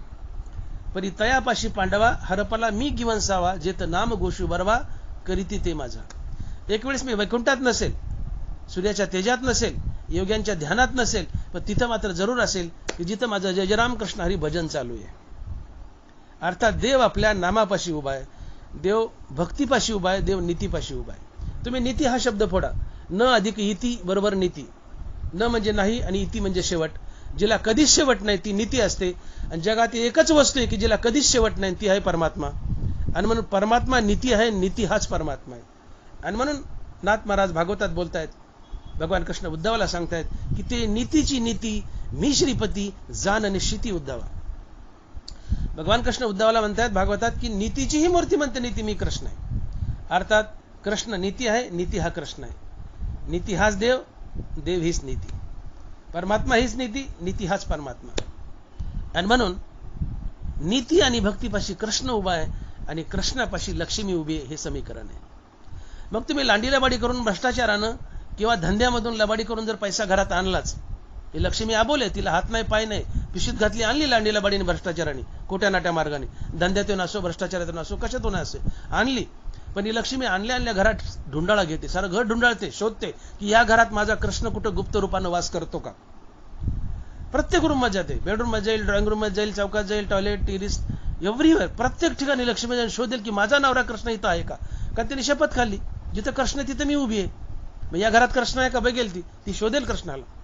पण घर लबाडाचं आहे, भ्रष्टाचाराचं आहे, खोटं नाटा धंदा करून लबाडीचा पैसा आणणाराच आहे. अर्थात घर अधर्मी माणसाचं आहे. आणि अधर्मी माणसाच्या जीवनात लबाडी आहे, तिथं भक्ती नाही, नीती नाही. अधर्मी माणसाच्या जीवनात भक्ती नाही, नीती नाहीये. आणि मग जिथं भक्ती आणि नीती नाहीये, जिथं भक्ती आणि नीती आहे तिथंच कृष्ण आहे. आणि हे लबाडाचं घर आहे. आणि मग लबाडाच्या जीवनात भक्ती नाही, नीती नाही, मग तिथं कृष्ण नाही. लक्षात घ्या, पैसा आणलाय लांडी लबाडीने, घरात आणलाय, लक्ष्मी आणली, पण त्या घरात कृष्णाचा वास नाही. का? कारण घर लबाडाचं आहे. लबाडाचं असल्यामुळे तिथं नीती नाही, तिथं भक्ती नाहीये. नीती नाही, भक्ती नाही म्हणून कृष्ण नाही. कृष्ण नाही म्हणून लक्ष्मी म्हणते मला निघून जायचंय, मी इथं थांबणार नाही, थांबेल ते कृष्णापाशी.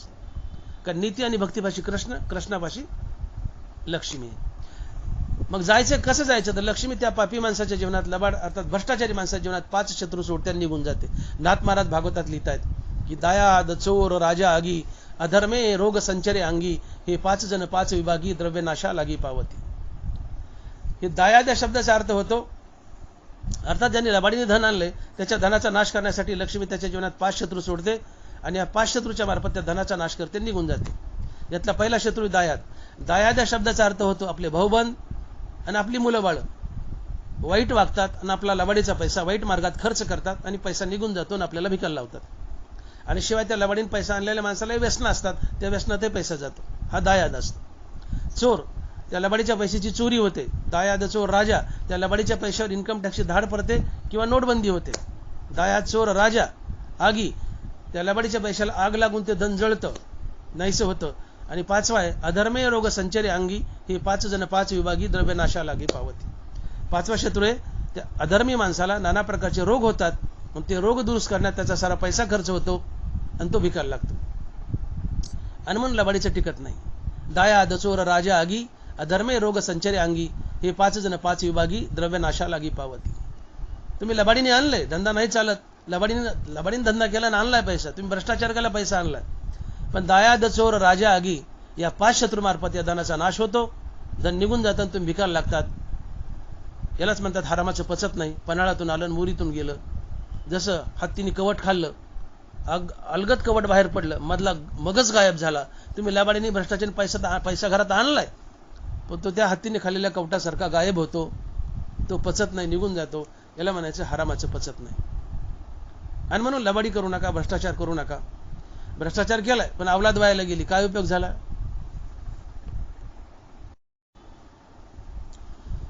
भ्रष्टाचार केलाय, गडीभर लबाडीचा पैसा दिसतोय,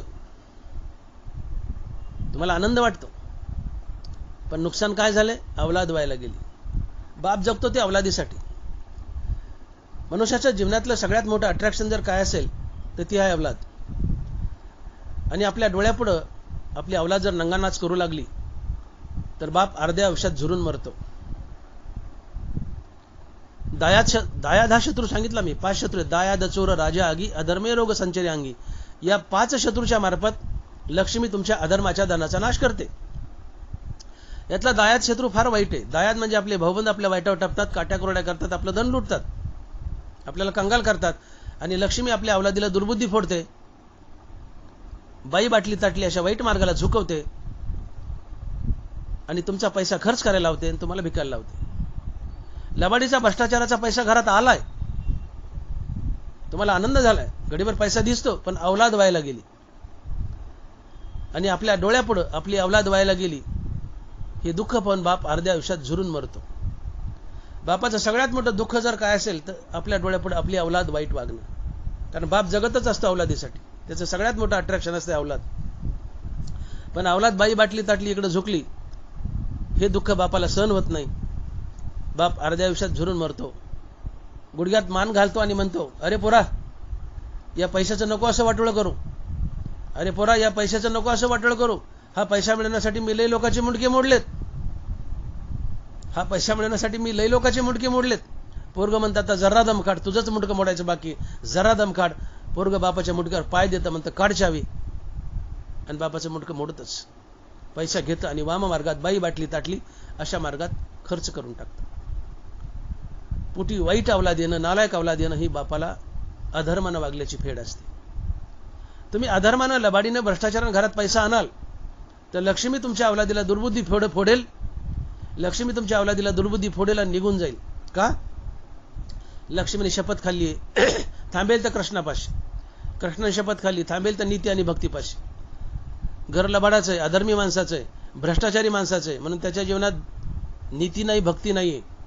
त्याच्या जीवनात नीती नाही, भक्ती नाही म्हणून तिथं कृष्ण नाही. कृष्ण नाही म्हणून लक्ष्मी तर आणली, पण तिला जायचंय. जायचं कसं? तर ती दायाद हा शत्रू मागे सोडते.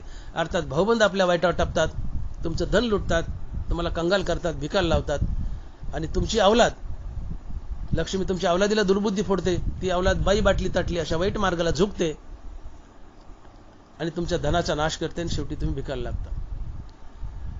आणि मग भ्रष्टाचाराचा लबाडीचा पैसा घरात आला, घडीवर पैसा दिसतो, पण अवलाद व्हायला गेली ना. तुम्ही काय कमवलं? पोटी चांगली अवलाद येणं ही बापाची सगळ्यात मोठी श्रीमंती असते, आणि पोटी नालायक अवलाद येणं ही बापाची सगळ्यात मोठी गरिबी असते. बाप गरीब आहे, खिशात 10 रुपये, पण अवलाद सद्गुणी, बाप टनाटन उड्या मारतो. अवलाद सद्गुणी, बाप लक्षाधीश आहे, कोट्याधीश आहे, पण अवलाद नालायक आहे, गुडघ्यात मान घालून झुरतो आणि रडतो, अर्ध्या वर्षात झुरून मरतो. पोटी वाईट अवलाद येणं ही बापाला अधर्मानं वागल्याची फेड असते. मग विचार करा, भ्रष्टाचाराचा पैसा पाहिजे का सद्गुणी अवलाद पाहिजे? भ्रष्टाचाराचा पैसा घरात येईल, पण अवलाद व्हायला जाईल, लक्ष्मी त्या अवलादीला दुर्बुद्धी फोडते, बाई बाटली ताटली इकडे झुकवते, पैसा वाईट मार्गात खर्च करायला लावते, गटारात लोळायला लावते, आणि ती लक्ष्मी निघून जाते. पैसा आला पण अवलाद व्हायला गेली. मग पैसा पाहिजे भ्रष्टाचाराचा का सद्गुणी अवलाद पाहिजे? ज्याचा त्याने विचार करावा. तुम्हाला भ्रष्टाचाराचा पैसा पाहिजे का सद्गुणी अवलाद पाहिजे? आज ज्याचा त्याने विचार करावा. आणि म्हणून शाने व्हा. आणि म्हणून हरामाचं पचत नाही, लबाडाचं पचत नाही, कारण लक्ष्मीने शपथ खाल्ली आहे, मी थांबेल तर कृष्णापाशी, कृष्णा शपथ खाल्ली थांबेल तर नीती आणि भक्तीपाशी. म्हणून जीवनात आधी भक्ती आणा, नीती आणा, कृष्ण जीवनात येईल. कृष्ण जीवनात आला की कृष्णाच्या पायाला जोडून लक्ष्मी आहेचे, हे असो लक्ष्मी स्थिरावली मुकुंदी जशी. कृष्णाच्या पायाला जोडून लक्ष्मी आहेचे, मग जिथं कृष्ण आहे तिथं लक्ष्मी स्थिरावेल, तुम्ही गर्भ श्रीमंत व्हाल. आणि जीवनात नीती नाही, भक्ती नाहीये, मग तिथं कृष्ण नाही, कृष्ण नाही तर लक्ष्मीला थांबायचं नाही, निघून जायचंय. तिने शपथ खाली थांबेल तर कृष्णापाशी. मग लबाडाचं धन या 5 शत्रूमार्फत निघून जातं, शेवटी तुम्ही भिकायला लागता, आणि शेवटी या भ्रष्टाचाराचं पाप माती लागतं आणि नरकाला जावं लागतं, आणि शेवटी अवलादे व्हायला लागते, अवलादे व्हायला जाते. तुम्ही काय कमवलं? शेवटी तुमचा तोटाच झाला. आणि म्हणून भ्रष्टाचार करू नका, लबाडीचा धंदा करू नका, पाळा नीतीचे नियम, मुखी राहो विठ्ठल नाम. मुखात विठ्ठल नाम धारण करा, नीती पाळा, जीवनात कृष्ण येईल, कृष्ण आला की लक्ष्मी येईल, तुम्ही श्रीमंत व्हाल. लबाडी करायची गरज नाही. आणि म्हणून आपल्या धनाला धर्माचं कवच नेसवा. धर्म हा धनाचं कवच असतो. तुम्ही धर्मानं जर धन मिळवलं तर धर्मच त्या धनाचं कवच बनतो आणि पिढ्यानपिढ्या त्या धनाचं रक्षण करतो. तुम्ही अधर्मानं धन मिळवलं तर अधर्मच त्या धनाचं कवच बनतो आणि अधर्मच त्या धनाचा नाश करतो. नाथ महाराज याची साक्ष देतात. जयाच्या द्रव्याशी जाण नाही धर्माचे संरक्षण, ते काळेची होय क्षीण तेची लक्षण हरी सांगे. करुणी अतिसायास जोडला अर्थ बहुवस, त्याशी अधर्मे आला नाश तोची विलास हरी सांगे. अधर्मानं धन मिळवलं, अधर्म त्याचं कवच बनतो, अधर्म त्या धनाचा नाश करतो. अधर्माच्या धनाला जोडून चोरी असते, दायाद असतो, त्याला आग लागते, नाना प्रकारचे रोग होतात, इन्कम टॅक्सची धाड पडते. हे 5 शत्रू अधर्माच्या धनाला चिटकून असतात. आणि म्हणून अधर्माने धन आणलंय, अधर्मच त्या धनाचं कवच बनतो. अधर्मच चोराला जाऊन सांगतो की या घरात अधर्माचं लबाडीचं धन आहे, अधर्म चोराला घेऊन येतो आणि तुमच्या धनाची चोरी होते. धर्माचं धन आहे तर धर्मच त्याचं कवच बनतो आणि त्याचं रक्षण करतो. धर्माचं इमानदारीचं जर धन घरात असेल, तुम्ही 8 दिवस घर उघडं टाकून जा, त्याची चोरी होणार नाही. शब्द ज्ञानोबरायाचा आहे, शब्द नाथ महाराजाचा आहे. धर्म हा धनाचं कवच असतो. धर्माने धन मिळवलंय, नीतिमत्तेने इमानदारीने धन मिळवलंय, 8 दिवस जर हुकून चुकून घर उघडं राहिलं कुठे फिरायला गेले तर तुमच्या घरात चोरी होणार नाही. का? ते धर्म त्याचं कवच बनवून रक्षण करत असतो. धर्म हा धनाचं कवच असतं. पण अधर्माचं आहे, तुम्ही 7 खोल्याच्या आत झोपा, चोर ते 7 कुलप उघडीत येतो, तुमच्या नरड्याला तलवार लावतो आणि काढ म्हणतो चावी, नाही तर मारून टाकतो. अधर्माच्या धनाला जोडून चोरी असते. म्हणून आपल्या धनाला धर्माचं कवच नेसवा. धर्म हा धनाचं कवच असतो, धर्म त्याचं रक्षण करतो, पिढ्यानपिढ्या ते धन टिकतं.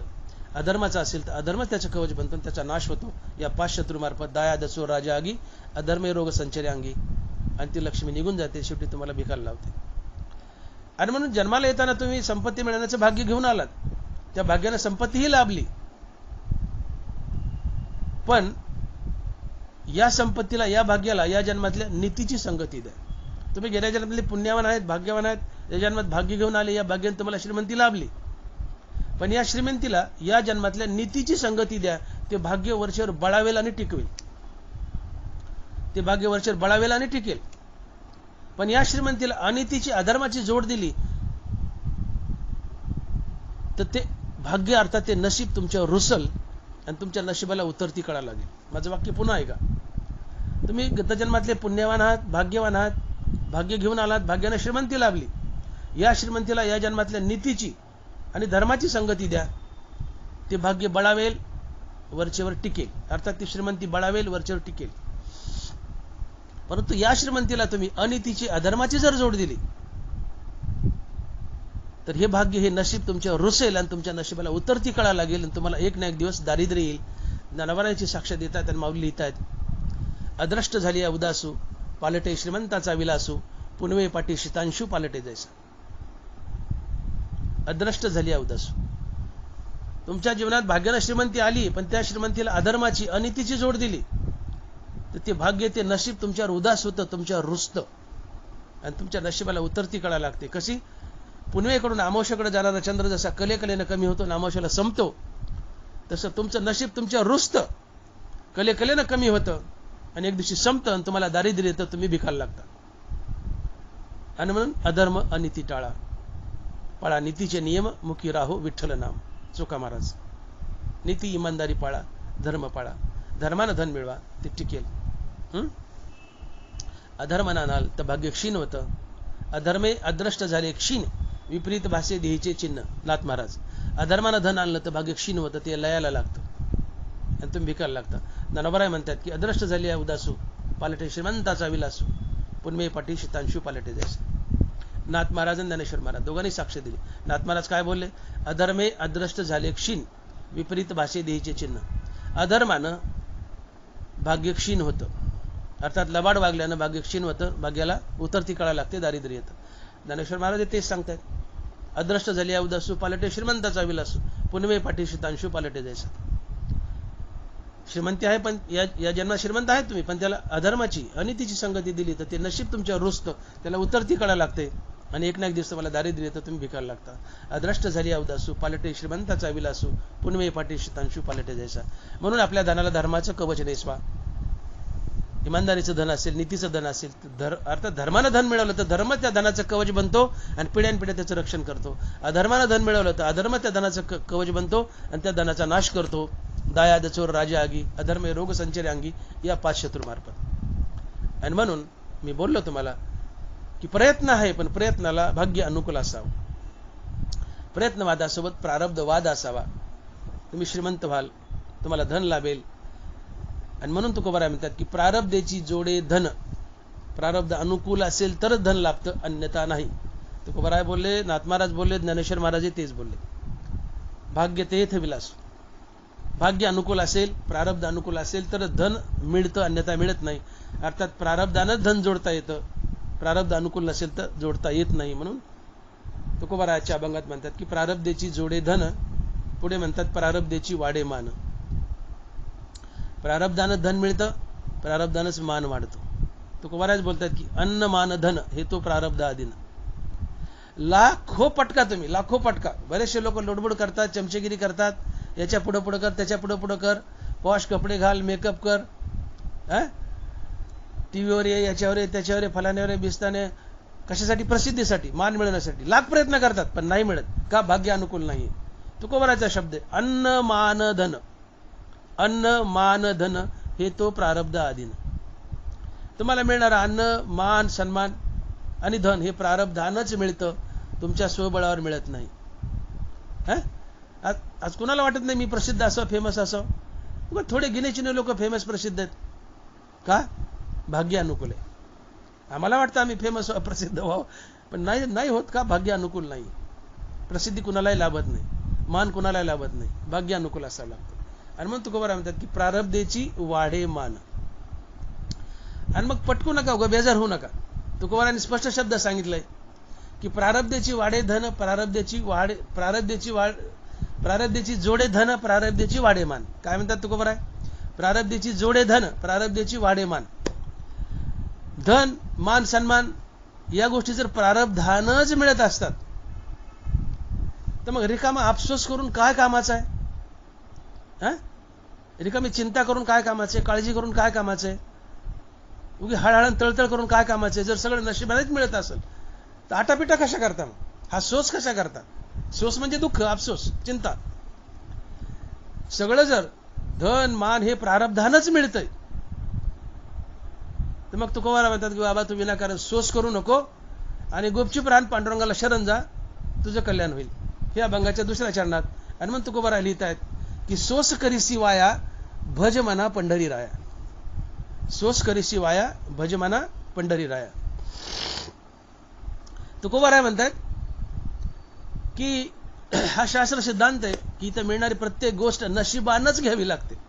आहे ते सकळ प्रारब्धाचे हाती यावे काकुळतीसी आता. चरण बघा तुकोबारायचं. आहे ते सकळ प्रारब्धाचे हाती यावे काकुळतीसी आता. जे काय आहे ते सगळं प्रारब्धाच्या नशिबाच्या हातात आहे. काकुळतीला यावं एवढंच आमच्या हातात आहे. तडफडत राहावं एवढंच आमच्या हातात आहे. अरे मग का म्हणून तडफडता? का विनाकारण सोस करता? महाराज तेच म्हणतात, सोस करीसी वाया भज मना पंढरी राया. अरे का सोस करतो? सोस म्हणजे अफसोस, अफसोस म्हणजे दुःख, खेद. अरे का खेद करतो? का दुःख करतो? का चिंता करतो? का तडपडतो? का झुरतो? या सगळ्या गोष्टीला सोस म्हणतात. महाराज म्हणतात बाबा सोस करू नको, का सगळं नशिबाच्या हातात. तुम्हाला कसं जगवायचं नशीब ठरवतं. नशीब जगवेल तसंच तुम्हाला जगावं लागतं. त्यात हस्तक्षेप करता येत नाही. हा जर शास्त्र सिद्धांत आहे तर तू सोस करतो का? तू हळहळ करतो का? तू तडपतो का? तू दुःख का करतो? तू चिंता का करतो? तू अफसोस का करतो? अर्थात तू सोस का करतो? ठेविले अनंते तैसेचे राहावे, चित्ती असू द्यावे समाधान. देव ठेविले तैसेचे राहावे. शेवटी सगळंच जर नशिबाच्या हातात आहे, नशिबानच मिळतंय, नशिबाशिवाय मिळत नाही. मिळणारं धन, मिळणारा मान नशिबानच मिळतो, प्रारब्धानच मिळतो. हा शास्त्र सिद्धांत आहे. तर तू सोस करतो का? खेद करतो का? दुःख करतो का? तडपडतो का? हे तुकोबाराय म्हणतात की तू सोस करू नको. हे सगळं नशिबावर सोड, नशिबावर सोड. तू या गोष्टीचा सोस करू नको. काय कर मग? भज मना पंढरी राया. चुपचाप पांडुरंगाला शरण जा आणि रामकृष्णारी नामाचं भजन कर, शहाणा असेल तर. तुकोबाराय पुढे म्हणतात की सगळं नशिबाच्या हातात आहे. तुम्हाला जीवनात मिळणारं सुख आणि मिळणारं दुःख हे सुद्धा नशिबाच्याच हातात आहे. तुम्हाला मिळणारी श्रीमंती, तुम्हाला मिळणारा मान हा नशिबाच्या हातात आहे. तसंच तुम्हाला मिळणारं सुख आणि तुम्हाला मिळणारं दुःख हेही नशिबाच्याच अर्थात प्रारब्धाच्याच हातात आहे. मग तुम्ही परेशान होऊ नका, सोस करू नका. तुम्ही शांत राहा, पांडुरंगाला शरण जा. का?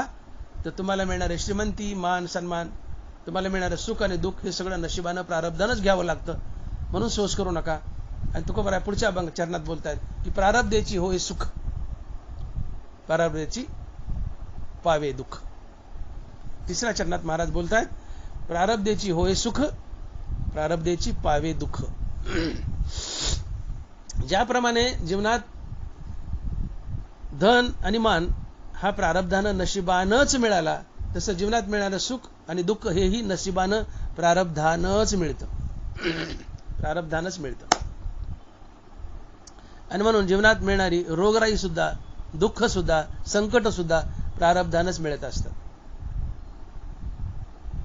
मी बोलून गेलो का ललाटीचे लिहिले न मोडेगा काही केले, काळे गोरेपण धुतले पिटवणे. कपाळावर लिहिले ते कशानेच मोडता येत नाही. जे सट्टीविनी लिहिलंय 5व्या दिवशी तसाच तुम्हाला भोग मिळेल, तसाच तुम्हाला रोगराई मिळेल. ती भोगूनच पार पाडावं लागेल. आणि मग जीवनात येणारी संकट आणि रोगराई, जसा पैसा नशिबानच आला, मान नशिबानं आला, तसा जीवनात येणारी संकट आणि रोगराई सुद्धा नशिबानच येत असतात. कारण ते सटविनी 5व्या दिवशी लिहिले असतात. तसा तसा भोग द्यावाच लागतो. जेतो जाते ते कपाळ सांगत का ललाटीचे लिहिले. रोगराई आम्हाला जंतूमुळे होते. मॅक्झिमम रोग हे बॅक्टेरियामुळे, व्हायरसेस, फंगस, मॅक्झिमम बॅक्टेरियामुळे रोग होतात. सगळेच आले, व्हायरसेस बी आले. रोग हा जीवजंतूमुळेच होतो. परंतु तेच जंतू आमच्यापर्यंत आणून पोहोचता करण्याचं काम आमचं नशीब करत असतं. हा मुद्दा लक्षात घ्या. इतरही रोग आहेत, कंजेनाटल आहेत, ॲलर्जिक आहेत, पण मॅक्झिमम हे बॅक्टेरियल रोग आहेत. रोग हा जंतूमुळेच होतो. परंतु तो जंतू आमच्या शरीरापर्यंत आणून पोहोचता करण्याचं काम आमचं प्रारब्ध, आमचं नशीब करत असतं. हा मुद्दा लक्षात घ्या. आदरणीय बाबा आमटे आदरणीय मिसेस बाबा आमटे, आदरणीय मदर टेरेसा, या 3 महाविभूती, हे 3 महान व्यक्तिमत्व रात्रंदिवस महारोग्याच्या पुवात खेळत होते. पुवात. या 3 महापुरुषांनी, या 3 विभूतींनी, महाहस्तींनी रात्रंदिवस महारोग्याच्या पट्ट्या कराव्यात. त्यांच्या रक्तात, पुवात हात बुडवावेत, बोटं बुडवावेत. त्यावेळेस तर ग्लोजही नव्हते, आता आले ग्लोज. रात्रंदिवस या 3 विभूती महारोग्याच्या पुवात खेळले. अर्थात महारोगाच्या जंतूसोबतच खेळले. पुवात जंतूच होते महारोगाचे, लेप्रसीचे, रक्तपितीचे. रात्रंदिवस या 3 माणसांनी रक्तपित्याच्या पुवात आणि रक्तात खेळूनही या 3 लोकाला रक्तपिती अर्थात महारोग झाला नाही. याला नशीब नाही म्हणावं तर काय म्हणावं, याला प्रारब्ध नाही म्हणावं तर काय म्हणावं. रात्रंदिवस महारोगाच्या पुवात खेळलेत, बॅक्टेरियात खेळलेत, महारोगाच्या जंतूत खेळलेत, आणि तरी या 3घांना महारोग झाला नाही. हे नशीब नाही तर काय, हे प्रारब्ध नाही तर काय.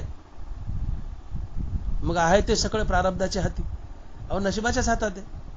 घरात एखादा रगतपित्या माणूस असेल, बायको रोज रात्रंदिवस त्या रगतपित्याच्या सानिध्यात असते, पण ते बायकोला रगतपिती होत नाही. पण गावात एखादा माणूस नखरेला असते, रगतपित्या दिसला महारोगाचा माणूस की नाकाला पदर लावताना लांबून पळतं, अरे रगतपिती आला, रगतपिती आला, पळा पळा पळा पळा. काय बोलतं कळतंय का. रगतपित्याचा माणूस आहे, महारोगी. घरात बायको 24 तास त्याच्या सेवेत आहे, पण ते महारोग त्या बायकोला होत नाही त्याच्या सानिध्यात असून. पण गावातलं एखादं रगतपित्या पाहायला की 50-100 फुटावर लांबून पळत वाकडं करून, वाट वाकडे करून, अरे रगतपिती आला, रगतपिती आला, पळा पळा पळा. नशीब म्हणतं किती पळ, नशीब म्हणतं किती पळ, मी तुला गाठणार, मी तुला गाठणार. वयाच्या 40व्या वर्षी सटवीने तुझ्या कपाळावर रगतपिती लिहिलेली आहे, महारोग लिहिलाय. तुला वयाच्या 40व्या वर्षी महारोग होणारच. नशीब म्हणतं मी तुला गाठेल, आणि नशीब गाठतच. वयाच्या 40व्या वर्षी तुम्हाला महारोग होतोच. नशीब गाठतं. वयाच्या 40व्या वर्षी सटवीन लिहिलंय ना, मग तुम्हाला 40व्या वर्षी महारोग होणारच. तू किती पळ, नशीब गाठतं, तुला महारोग होतोच. नशीब म्हणतं किती पळ, वयाच्या 45व्या वर्षी सटवीने तुझ्या कपाळावर डायबिटीस लिहिलाय, तू किती पळ, तुला वयाच्या 45व्या वर्षी डायबिटीस होईलच. नशीब म्हणतं मी तुला गाठेलच, नशीब गाठतच.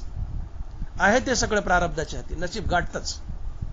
नशीब म्हणतं तू किती पळ, सटवीने किंवा नशिबाने तुझ्या कपाळावर वयाच्या 60व्या वर्षी कॅन्सर लिहिलाय, वयाच्या 60व्या वर्षी कॅन्सर होतोच. नशीब गाठतच, गाठतच. नशीब म्हणतं कितीही पळ, मी तुला गाठील. रगतपित्या माणूस पाहिला 50 फुटावर नाकाला कपडा लावून पळतो ना, पळ म्हणले, किती पळ. पण जर तुझ्या कपाळावर रगतपिती लिहिली असली सटवीने तर 40व्या वर्षी मी तुला गाठेल आणि तुला रगतपिती देऊनच सोडेल. नशीब बलवान. तुका म्हणे प्रारब्ध जी गाढे, काही न चलेता यापुढे. तुका म्हणे प्रारब्ध जी गाढे, काही न चलेता यापुढे. तुको बरं आहे. नशीब बलवान आहे, ते गाठतं. नशिबानं गाठलं. घरातील माणसाचा रगतपित्या मनुष्य, घरातील माणसाचा कोणाचा रेजिस्टन्स कमी असेल, कोणाचा जास्त असेल, आमचे डॉक्टर लोक शंका घेतील की त्या घरातल्या माणसाचा रेजिस्टन्स चांगला असेल, प्रतिकारक शक्ती, रोग प्रतिकारक, म्हणून त्यांना झाली नसेल लेप्रसी. सगळ्याचाच रेजिस्टन्स चांगला असतो का? कोणाचा कमी असतो, कोणाचा जास्त असतो. पण रोग जंतूच जर कारणीभूत असतील तर एखाद्याला तरी हो ना घरात, पण नाही होत असं पुष्कळदा. एखाद्याला होईल पण घरातल्या सगळ्या मेंबरला होतं असं नाही. 24 तास त्याच्या कपड्यात लोळतात, उठतात, बसतात, त्या ताटात खातात पितात, रगतपित्या माणसाच्या सानिध्यात त्याला नाही होत. घरातल्या इतर मेंबरला नाही होत रगतपिती. सगळ्याचाच रेजिस्टन्स चांगला आहे का? ठीक आहे, रेजिस्टन्स कमी असल्यावर रोग होईल, मान्य. पण सगळ्याच फॅमिली मेंबरचा रेजिस्टन्स चांगला आहे काय? बायकोला 24 तास त्याच्या सानिध्यात आहे, तिला माहिती नाही. आणि जे नाकाला पदर लावून पळत आहे त्याला होतो. हा सगळं प्रारब्धाचा खेळ आहे. रोग बॅक्टेरियामुळेच होतो, पण त्या बॅक्टेरिया आमच्या शरीरापर्यंत आणून पोहोचतं करण्याचं काम आमचं नशीब करतं, प्रारब्ध करतं, आणि आम्हाला तो रोग होतो. बाबा महाराजांनी त्या 3 माणसाचं उदाहरण दिलं. मी बघा ना, 24 तास लेप्रसीच्या पेशंटच्या रक्तपित्याच्या सानिध्यात पोहात आणि रक्तात खेळले. का त्यांचं शरीर का लोखंडाचं आहे का? त्यांना का नाही झाला महारोग? त्यांच्या कपाळावर सटवीने महारोग लिहिलाच नव्हता, म्हणून त्यांना महारोग झाला नाही. हेच त्याचं उत्तर आहे.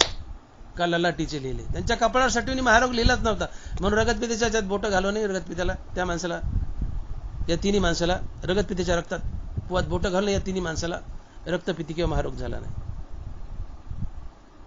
हा नशिबाचा खेळ आहे. 10 माणसं एका रांगेत झोपलेत. साप येतो, अलीकडच्या 9 माणसाला सोडतो, 10व्याला जाऊन चावतो. का अलीकडचे मित्र आणि बाकी पलीकडचाच वैरी होता का? हे प्रारब्ध आहे, हे प्रारब्ध आहे. गतजन्मातलं वैर असतं साप काढून घेतो. आता त्याच्यावर बोलायला वेळ नाही, विषयांतर होईल, लांब जाईल. हो, वैर जन्मांतरीचे सर्पा म्हणून न वचे, तो एक स्वतंत्र विषय, पुन्हा बोलू. साप आलाय, माणसं झोपल्यात, रात्रीचे 2 वाजलेत, अलीकडे 10 माणसं रांगेत आहेत, अलीकडच्या 9 सोडतो आणि पलीकडच्या 10व्याला जाऊन चावतो. अलीकडच्या का नाही चावला? हे प्रारब्ध नाही तर काय? गंजीत वैरण काढताना साप हातात येतो, नाही चावत. कापूस असताना पायात साप घोटाळतात. जागलीवर झोपला रानात मनुष्य शेतात, पोटावून साप जातो, नाही चावत. हे प्रारब्ध नाही तर काय? घाटामध्ये गाडी उलटली, गाडीतले सगळे माणसं मेले. एक लेकरू बाबळीच्या झुडपात जाऊन पडलं आणि एकटं लेकरू वाचलं.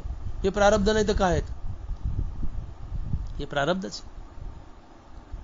तुम्हाला मिळणारा प्रत्येक भोग आणि रोग हा प्रारब्धानच मिळत असतो, प्रारब्धानच मिळत असतो.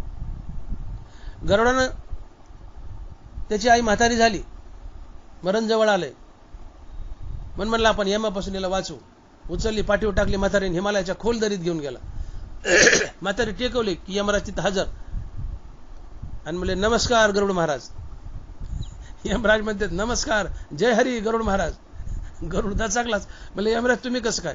म्हणले, माझ्या डायरीत असं लिहिलंय आज की गरुडाच्या आईचं मरण हिमालयाच्या खोल दरीत आहे, आणि मला प्रश्न पडला होता की म्हातारी थकलेली या दरीत कव्हा यावा चालत आणि मी हिचा प्राण कसा काढू? थँक्यू म्हणले, तुम्ही आई तेच म्हातारी दरीत आणली आणि माझं काम सोपं केलं. म्हातारीचा प्राण काढला, यमराज निघून गेला. ठरलेलं असतं. तुमचा जन्म, तुमचा मृत्यू, तुमचा ऍक्सिडेंट कुठे होणार, काय होणार, सगळ्या गोष्टी ठरलेल्या असतात. तुम्ही कुठे मारणार, कशाने मारणार, कपाळावर लिहिलं असते. अगासटवीची राती का लल्लाटीचे लिहिले, जेथे जातो तेथे कपाळ सांगाती, आहे ते सगळं प्रारब्धाच्या हाती, यावे काकुळतीसी आता. सगळं नशिबानं घडत असते. आणि म्हणून तुकोबारा खडसावून सांगतायत, भोग तो न घडे संचिता वाचोनी, करावे ते मनी समाधान. अनेका रुसावे न लगे बहुता, आपुल्या संचिता वाचोनी. तुकोबाराचे 2 चरण जर तुम्ही गळी उतरवले तर जगातील भांडण तंटा मिटून जाईल, सगळं जग सुखी होईल. पुन्हा एका चरण, भोग तो न घडे संचिता वाचोनी, करावे ते मनी समाधान. अनेका रुसावे न लगे बहुता, आपुल्या संचिता वाचोनी. तुकोबाराय म्हणतात, तुम्हाला जीवनात मिळणारा प्रत्येक भोग हा तुमच्या नशिबानच मिळतो, संचितानच मिळतो. आणि नशिबानं दुःख दिलं तर त्या नशिबावर रुसा, समोरच्या दुःख देणाऱ्यावर रुसू नका. उदाहरणार्थ, समोर एक माणूस आहे आणि त्याने माझ्या कानफाडात लावली. तुकोबाराय म्हणतात, डॉक्टर मोठे, त्या माणसाने तुझ्या कानफाडात लावली, थोबाडात मारली, तू त्या माणसावर रुसू नको, तू तुझ्या नशिबावर रुस. कारण नशिबालाच तुझ्या थोबाडात मारायची होती, पण नशिबाला हात नाहीये, म्हणून नशिबानं, संचितानं त्या माणसाचा हात धरला आणि तुझ्या थोबाडात चापट टाकलीये. चापट मारायचे नशिबालाच, पण नशिबाला हात नाही म्हणून त्या माणसाचा हात धरलाय, त्याचं निमित्त केलंय आणि चापट तोंडात टाकली. तो मनुष्य निमित्त मात्र आहे, चापट नशिबाला टाकायची होती. तुला रुसायचंच तर नशिबावर रुस, संचितावर रुस, त्या समोरच्या चापट मारणाऱ्यावर रुसू नको. अनेका रुसावे न लगे बहुता, आपुल्या संचिता वाचून. चापट माझ्या तोंडा समोरच्याने मारली, तुकोबाराय म्हणतात, चापट मारणाऱ्यावर रुसू नका, नशिबावर रुसा, संचितावर रुसा. चापट संचितालाच मारायची, पण संचिताला हात नाही म्हणून त्याचा हात धरला आणि चापट टाकली, निमित्त त्याला केले, चापट नशिबालाच मारायची होती. अनेका रुसावे न लगे बहुता, आपुल्या संचिता वाचून. हे जर चरण गळी उतरवलं सगळ्यांना, जगातलं भांडण तंटा मिटून जाईल. आम्ही उगाच कुदत राहतो. एखाद्याचा मोटरसायकलचा धक्का लागला, त्याची मोटरसायकलच फोडून टाकतो. तुकोबाराय म्हणतात, त्यांनी मोटरसायकल तुझ्या अंगावर घातलीच नाही, नशिबानं घातली. कारण नशिबाला ही मोटरसायकल तुझ्या अंगावर घालायचीच होती. तुझं टंगडं मोडायचंच होतं, काही पापाची फेड होती, तुझं टंगडं मोडायचं होतं मोटरसायकलने, पण त्या नशिबाने त्याची मोटरसायकल धरली, तुझ्या अंगावर घातली. तुला रुसायचंय, तुझ्या नशिबावर रुस, त्या मोटरसायकलवाल्या रुसू नको. आणि का रुसावे न लगे बहुता, आपल्या संचिता वाचून. भोग तो न गडे संचिता वाचून, करावी मनी ते समाधान. आणि मग रुसायचं तर आपल्या नशिबावर रुसा, संचिता रुसा, समोरच्या जगावर त्रास देणाऱ्या रुसू नका. मी बोलून गेलो की कोणास फुले तर कोणास काटे आपल्या नशिबाने मिळत असतात. हा ज्याच्या त्याच्या प्रारब्धाचा भोग असतो. साऱ्या भेनं जाता येतं, पण कर्माभेनं कुठं जाता येत नाही, ते तुम्हाला भोगावंच लागतं. अहो भोग प्रारब्ध देवाला चुकलं नाही. भिल्ले वदिले शारंगधारा. प्रारब्धे राम वनवासा गेला, प्रारब्धे दशरथ वियोगा मेला, वियोग घडला सीता देवी. हे प्रारब्ध देवाला चुकलं नाही. तो मोठा विषय, तिकडे जायचं नको. फक्त स्पर्श करतो आणि पुढे निघतो. प्रारब्ध देवालाही चुकलं नाही. परंतु देवाचं प्रारब्ध ही देवाची लीला असते. आपलं प्रारब्ध आपला भोग असतो, ते आपल्याला भोगावंच लागतं. देवाने एक दाटूमोठी रचलेली लीला असते, क्रीडा करण्यासाठी, तुम्हा आम्हाला वळण लावण्यासाठी, मार्ग दाखवण्यासाठी. म्हणून देवाकडे हलक्या नजरेने पाहू नका. प्रारब्ध रामाला चुकलं नाही, सीताला नाही, दशरथाला नाही, कृष्णाला नाही, मग काय या देवाचं खरंय असं अदरवाईज अन्यथा घ्यायचं नाही. देवाचं प्रारब्ध हे त्यांच्या लीला असतात. नारदाचा आणि देवाचा ते नारायणाचा खेळ चालायचा, ते लीला रचायचे बी, अवतार धरायचे, अवतार कार्य करायचे. त्यातून आम्ही काही बोध घ्यावा यासाठी ती देवाची रचलेली लीला असते. देवाचं प्रारब्ध खरं नसते, त्याची लीला असते देवाची. म्हणून ते मजा म्हणून पाहायचं देवाचं प्रारब्ध. पण तरी देवाला प्रारब्ध भोगावं लागलं, मजा असली तरी. मग देवाला भोगवलं तर आमची काय कथा हो माकडाची, आम्ही तर माणसं आहेत. आमचं प्रारब्ध खरं असतं, आम्हाला भोगूनच पार पाडावं लागतं. एक पेशंट माझ्याकडे आला आणि मला म्हणला, डॉक्टर साहेब मला फार खोकला आणि दमास लागलाय हो. आता मी डॉक्टरचे, डॉक्टर भागवत मोठे नेत्रतज्ञ, MBBS MS. तो आला माझ्याकडे तपासायला आणि मला म्हणले मला फार खोकला आणि दमास लागलाय हो. मी म्हणलं मामा बिड्या ओढते तुम्ही कधी? म्हणजे हो बिड्या लय वाढल्या, पण 2 वर्षापूर्वीच सोडल्या. मला 2 वर्षापूर्वी ज्या बिड्या वाढल्या त्याचंच कीटन फुफ्फुसात शिरलंय आणि त्याचाच फळभोग आहे हा दमा आणि खोकला. ते माणूस म्हणतो, डॉक्टर साहेब मोठे साहेब ते बिड्या तर 2 वर्षापूर्वी सोडल्या की हो. अरे म्हणलं 2 वर्षापूर्वी सोडल्या, पण 2 वर्षापूर्वी ज्या वाढल्या त्याचं कीटन कुठं जाईल? ते बसलं ना फुफ्फुसात. त्याची फेड आहे दमा आणि खोकल्याच्या रूपात. तसं एखादा मनुष्य असतो आणि म्हणतो, काय राव मी तर ज्ञानेश्वर वाचतो, गळ्यात माळे, रात्रंदिवस कीर्तना, ते प्रवचना, ते सगळं सगळं सगळं चांगलं वागतो आणि माझ्याच नशिबी का वाईट यायला सगळं. अरे बाबा या जन्मात चांगला वागतो, पण मागच्या जन्मात वाईट वागला. त्या मागच्या जन्मात वाईट वागलं त्याची फेड आहे कशाच्या? दारिद्र्याच्या आणि रोगराईच्या रूपात. डॉक्टर साहेब मी बिड्या सोडल्या ना 2 वर्षापूर्वी. अरे सोडल्या 2 वर्षापूर्वी, पण 2 वर्षापूर्वी ज्या वाढल्या त्याचा भोग दमा आणि खोकल्याच्या रूपात. डॉक्टर साहेब मी फार चांगला वागतो या जन्मात. अरे या जन्मात चांगला वागतो, पण मागच्या जन्मात पाप केलेत ना, त्याचा भोग रोगराई आणि दारिद्र्याच्या रूपात. आणि म्हणून नशिबाचा भोग द्यावाच लागतो. केलेली कर्म भोगूनच पार पाडावी लागतात.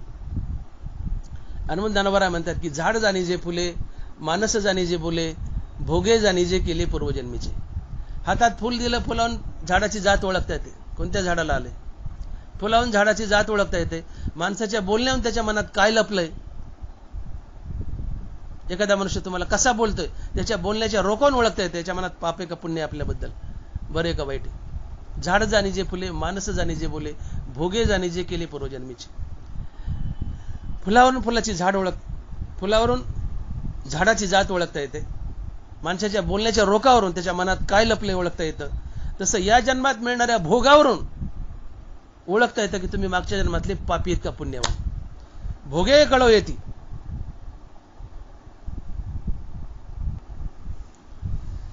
झाड जाणे जे फुले, मानस जाणे जे बोले, भोगे जाणे जे केले पूर्वजन्मीचे. अर्थात फुलावरून झाडाची जात ओळखता येते. तुमच्या बोलण्यावरून तुमच्या मनात काय लपलं हे ओळखता येते. आणि तुम्हाला या जन्मात मिळणाऱ्या भोगावरून तुम्ही मागच्या जन्मातली पापी आहेत का पुण्यवान आहेत हे ओळखता येते. आणि म्हणून या जन्मात जर तुमच्या फार हालापेष्टा होत असतील तर हे सिद्ध होतं की तुम्ही मागच्या जन्मातले पापी आहात. तुकोबाराय बोलले, भोगे कळो येती मागील ते जन्म, उत्तम मध्यम कनिष्ठ ते.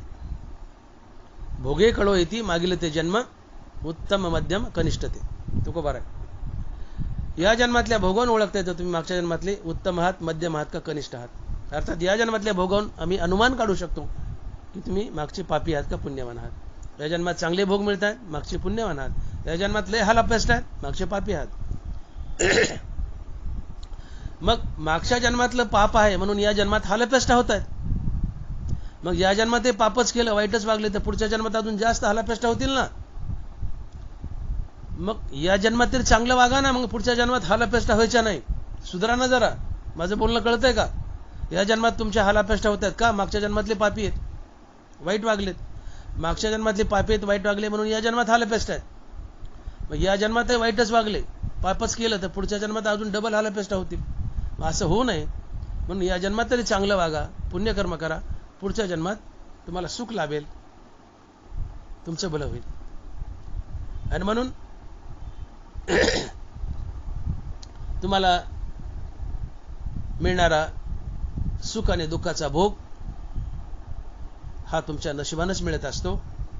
हे तुकोबाराय अभंगाच्या 3ऱ्या चरणात म्हणतायत, प्रारब्धेची हो हे सुख, प्रारब्धेची पावे दुःख. अर्थात आम्हाला मिळणारी गरिबी श्रीमंती, सुखदुःखाचा भोग, मान सन्मान, या सर्वच गोष्टी आमच्या जीवनात प्रारब्धानच मिळत असतात. याला दुसरं कुणी कारणीभूत नसतं. आमचं नशीब, आमचं संचित, आमचं प्रारब्ध कारणीभूत असते. प्रारब्धानच श्रीमंती गरिबी मिळते, प्रारब्धानच सुखदुःख मिळतंय, प्रारब्धानच मान सन्मान मिळतोय, तसं प्रारब्धानच पोटही भरतंय. आणि म्हणून तुकोबाराय म्हणतात की प्रारब्धानच सगळं मिळतं आणि प्रारब्धानच पोटही भरतंय. म्हणून मी आता कुठलाच बोबाट करीत नाही हे अभंगाच्या 4थ्या चरणात. आणि महाराज लिहित आहेत की प्रारब्धेची भरे पोट तुका करीना बोबाट. प्रारब्धेची भरे पोट तुका करीना बोबाट. की कशाला बोबाट करू म्हणले मी आता. बोबाटा कधी करायचा असतो, कुठल्या गोष्टीचा काही फायदा असेल तर. पण फायदाच नाही तर बोबाटा का करू म्हणले. हा जर शास्त्र सिद्धांत आहे की मिळणारी प्रत्येक गोष्ट नशिबानेच मिळते, आहे ते सगळं प्रारब्धाच्या हाती. गरिबी, श्रीमंती, सुख दुःख, मान सन्मान, आणखी इतर काही, या सगळ्या गोष्टी जर प्रारब्धानच मिळत असतील, शिवाय पोटही प्रारब्धानच भरत असेल, तर का बोबाट करू म्हणले मग आता. त्या बोबाटाचा काही फायदाच नाही तर सोस कशाला करू, दुःख खेद कशाला करू, बोबाटा तरी कशाला करू. गुपचूप पांडुरंगाला शरण गेलेलं बरं आहे ना म्हणले. मग तो पांडुरंग काय करायचं करेल म्हणले, त्याच्यावर सोडून देऊ. आणि मग प्रयत्न करत राहावा, पण सगळं नशिबावर सोडावून पुढे चालव. आणि मग नाथ महाराज गोड अभंग आहे की आवडीने भावे हरिनाम घेसी, तुझी चिंता त्यासी सर्व आहे. सकळ जनांचा करीतो सांभाळ, तुझं मोकली लायसे नाही. अलग लक्षामध्ये कौतुक आहे संचिताचे, जैसी स्थिती आहे तैशाच परी राहे, कौतुक आहे संचिताचे. मला हे चरण सांगायचं होतं या अभंगातलं की आवडीने भावे हरिनाम घेसी, तुझी चिंता त्याशी सर्व आहे. सकळ जनांचा करीतो सांभाळ, तुझं मोकली लायसे नाही. पुढे काय म्हणतात नाथ महाराज, जैसी स्थिती आहे तैशाची परी राहे. आणि काय कर, कौतुक आहे संचिताचे. जैसी स्थिती आहे तैशाची परी राहे, कौतुक आहे संचिताचे. तू संचिताचं, नशिबाचं, प्रारब्धाचं कौतुक बघ. तू तडपडू नको, सोस करू नको, परेशान होऊ नको. काही पडणार नाही, दुःखच पदरी पडेल, रोगराई पदरी पडेल. तडपडू नको, सोस करू नको, अफसोस करू नको. मग कौतुक, तू संचिताचं कौतुक बघ. कौतुक आहे संचिताचे. आणि काय कर मग, संचिताचं कौतुक बघ म्हणजे काय कर, संचिताचं कौतुक बघ म्हणजे ठेविले अनंते तैसेची राहावे, चित्ती असू द्यावे समाधान. संचिताचं कौतुक बघ म्हणजे काय. नाथ महाराज म्हणतात की संचिताचं कौतुक बघ म्हणजे काय. याचा सरळ अर्थ होतो की ठेविले अनंते तैसेची राहावे, चित्ती असू द्यावे समाधान. तू तुझ्या मनात समाधानी राहा, अफसोस दुःख खेद करू नको. समाधानी राहा, पांडुरंगाला शरण जा, रामकृष्ण नावाचं भजन कर, आणि नशीब जसं जगवेल तसं जग. कारण नशीब जगवेल तसंच जगावं लागतं, त्यात हस्तक्षेप करता येत नाही. मग कशाला तडपडतो, ते जगवेल तसं जग, त्यात समाधान मान, चित्ती असू द्यावे समाधान. अलग लक्षामध्ये. आणि म्हणून आपलं नशीब आपणच घडवायचं असते. आपलं नशीब आपणच घडवायचं असते. वेद हा एक कायदा आहे. ज्यावेळेस ब्रह्मदेवानं सृष्टी रचली त्यावेळेस हा वेद आम्हाला शासक म्हणून दिला. ज्ञानोबा लिहित आहेत की जे दवा ब्रह्मा रचिले जन, ते दवा वेद दिले शासन, यज्ञ ऐशे वर्तन जीविके केले. ज्यावेळेस ब्रह्मदेवाने ही सृष्टी रचली त्यावेळेस वेद आम्हाला शासक म्हणून दिला. आणि वेद जसं जसं सांगेल तसं वागा असं नियमन घालून दिलं. आणि सोप्या भाषेतला वेद म्हणजे गीता, ज्ञानेश्वरी आणि गाथा. अजूनही जास्त सोप्या भाषेतला म्हणजे ज्ञानेश्वरी आणि गाथा. गीता थोडी अवघड पडते, पण सोप्या भाषेतला वेद म्हणजे ज्ञानेश्वरी आणि गाथा. मग जसं जसं ज्ञानेश्वरी आणि गाथा सांगेल तसं तसं वागा. तुमचं संचित, तुमचं प्रारब्ध चांगलं घडेल. आणि तुम्ही ज्ञानेश्वरी आणि गाथेच्या विरोधात वागले तर तुमचं संचित प्रारब्ध वाईट घडेल, हालापेष्टा होतील. आणि म्हणून तुमची इच्छा असो की नसो सरकारी कायदा तुम्हाला पाळावाच लागतो. तसं तुमची इच्छा असो की नसो तुम्हाला देवाचाही कायदा पाळावा लागतो, आणि देवाचा कायदा आहे वेद. एखाद्या माणसाने जर एखाद्याचा खून केला, त्याला पोलिसांनी पकडलं आणि कोर्टात उभं केलं, आणि न्यायाधीशाने विचारलं, का रे बाबा तू खून केला का? तो माणूस म्हणतो, हो साहेब मी खून केलाय, मान्य केलंय, मी खून केलाय. न्यायाधीशाने त्याला जन्मठेप दिली. पण शेवटी मनुष्य तो गयावया करू लागला, म्हणजे न्यायाधीश साहेब मला माफ करा बाबा, खून केल्यावर फाशी शिक्षा होते किंवा जन्मठेप होती हे मला माहितच नव्हतं, याच्या पुढे मी कुणाचा खून करणार नाही, मला माफ करा. न्यायाधीश माफ करेल का? नाही करणार. कारण तुमची इच्छा असो की नसो सरकारचा कायदा तुम्हाला माहित करून घ्यावा लागतो, सरकारचा कायदा पाळावाच लागतो. तुमची इच्छा असो की नसो सरकारचा कायदा पाळावाच लागतो, नसता तुम्ही त्या शिक्षेस पात्र ठरता. तुमची इच्छा असो की नसो तुम्हाला सरकारचा कायदा पाळावाच लागतो, अन्यथा तुम्ही शिक्षेस पात्र ठरता. तसं तुमची इच्छा असो की नसो तुम्हाला देवाचाही कायदा पाळावा लागतो, अन्यथा तुम्ही शिक्षेस पात्र ठरता. आणि देवाचा कायदा आहे वेद, आणि म्हणून वेद सांगेल तसंच वागावं, तुमचं कल्याण होईल. वेदाच्या विरोधात वागला तर प्रारब्ध वाईट घडेल, इडापिडा दुःख जीवनात येईल, दारिद्र्य येईल, संचित प्रारब्ध वाईट घडेल, तुमच्या हालापेष्टा होतील. आणि म्हणून वेदी विरोधी पडे तो निरय भोगी दंडे, संन्यायी तो सुरवाडे स्वर्गी जिये. ज्ञानोबाची ओळ आहे का? वेदी विरोधी पडे तो निरय भोगी दंडे, संन्यायी तो सुरवाडे स्वर्गी जिये. वेदाच्या विरोधात जो वागतो त्याला नरकाची शिक्षा होते. वेदी विरोधी पडे तो निरय भोगी दंडे. वेदाच्या विरोधात वागलात, आता गीता, गाथा आणि ज्ञानेश्वरी आणि गाथा याच्या विरोधात वागलात तर तुम्हाला तुमचं संचित वाईट घडेल, प्रारब्ध वाईट घडेल आणि नरकाची शिक्षा होईल. आणि संन्यायी तो सुरवाडे स्वर्गी जिये. वेदाच्या विरोधात वागतो, अर्थात गीता ज्ञानेश्वरीच्या गाथेच्या विरोधात वागतो, त्याला शासन होतं, तो नरकाला जातो. आणि ज्ञानेश्वरी गाथेसारखं जो वागतो त्याला बक्षीस मिळतं, तो स्वर्गाला जातो. वेदी विरोधी पडे तो निरय भोगी दंडे, संन्यायी तो सुरवाडे स्वर्गी जिये. मग वेदाच्या अर्थात ज्ञानेश्वरी आणि गाथेच्या विरोधात वागला तर नरकाला जावं लागतं, ही पनिशमेंट आहे देवाकडून दिलेली. आणि गाथा ज्ञानेश्वरी सारखं वागलात तर स्वर्ग मिळतो, किंवा त्याच्या पुढे तुम्हाला देव भेटतो, वैकुंठ मिळतो, सायुज्य मोक्ष मिळतो, संतपद मिळतं. म्हणून ज्ञानेश्वरी आणि गाथा जसं सांगते तसं वागा, तुमचं नशीब संचित चांगलं घडेल. आणि गाथा आणि ज्ञानेश्वरीच्या विरोधात वागाल तर संचित प्रारब्ध नशीब वाईट घडेल, तुमच्या हालापेष्टा होतील. म्हणून आपलं नशीब आपल्याला घडवायचे. तुम्ही चांगलं वागाल नशीब चांगलं होईल, वाईट वागाल नशीब वाईट होईल. म्हणून तुम्हाला मृत्यूलोकात देणारा आणि घेणारा जर कोण असेल ती तुमची कर्म आहेत. मी बोलून गेलो होवी की वांचून देत घेत अनेक निभ्रांत नाही सम्यक, येत कर्माची फळसूचक मनुष्य लोके. तुम्हाला मृत्यूलोकात देणारा आणि घेणारा दुसरं तिसरं कुणी नसून तुमची कर्म आहेत. तुम्ही सत्कर्म करा, तुमचं प्रारब्ध तुमचं नशीब चांगलं घडेल. दुष्कर्म करताल प्रारब्ध नशीब वाईट घडेल, तुमच्या हालापेष्टा होतील. आणि म्हणून जीवनात मिळणारा प्रत्येक भोग हा नशिबानच मिळतो. प्रयत्न आहे पण त्याला प्रारब्धाची जोड असली तरच तुम्हाला श्रीमंती लाभते, अन्यथा नाही. एकटा प्रयत्न दुबळा पडतो, त्याला प्रारब्धाची जोड लागतेच. मग असंच जर असेल, सगळं नशिबावरच अवलंबून असेल, सगळं नशिबानेच मिळतंय आणि पोटही नशिबानेच भरते, तुकोबाराय म्हणतात मग कशाला बोबाटा करू. आणि म्हणून प्रारब्धाची भरे पोट तुका करीना बोबाट, विठोबाय रखुमाई. जय जय विठोबाय रखुमाई. विठोबाय रखुमाई. जय जय विठोबाय रखुमाई. विठोबाय रखुमाई. विठोबाय रखुमाई.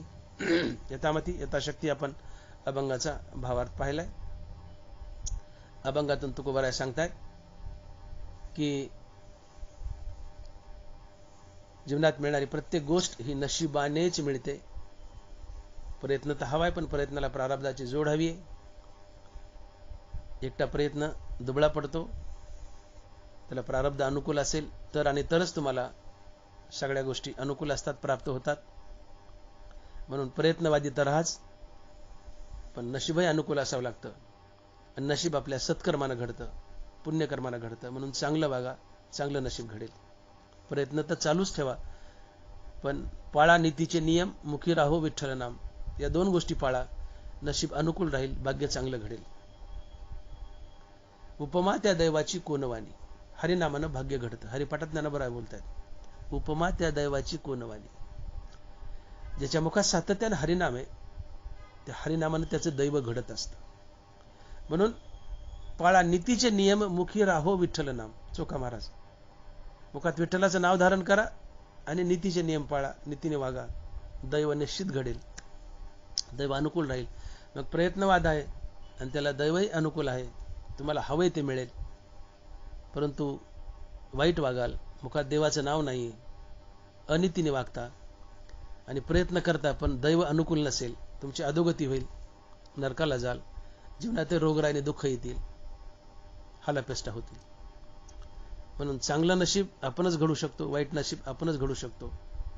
हे आपल्या चांगल्या वाईट कर्मानं घडत असतं. म्हणून सत्कर्म करा, नशीब चांगलं घडेल.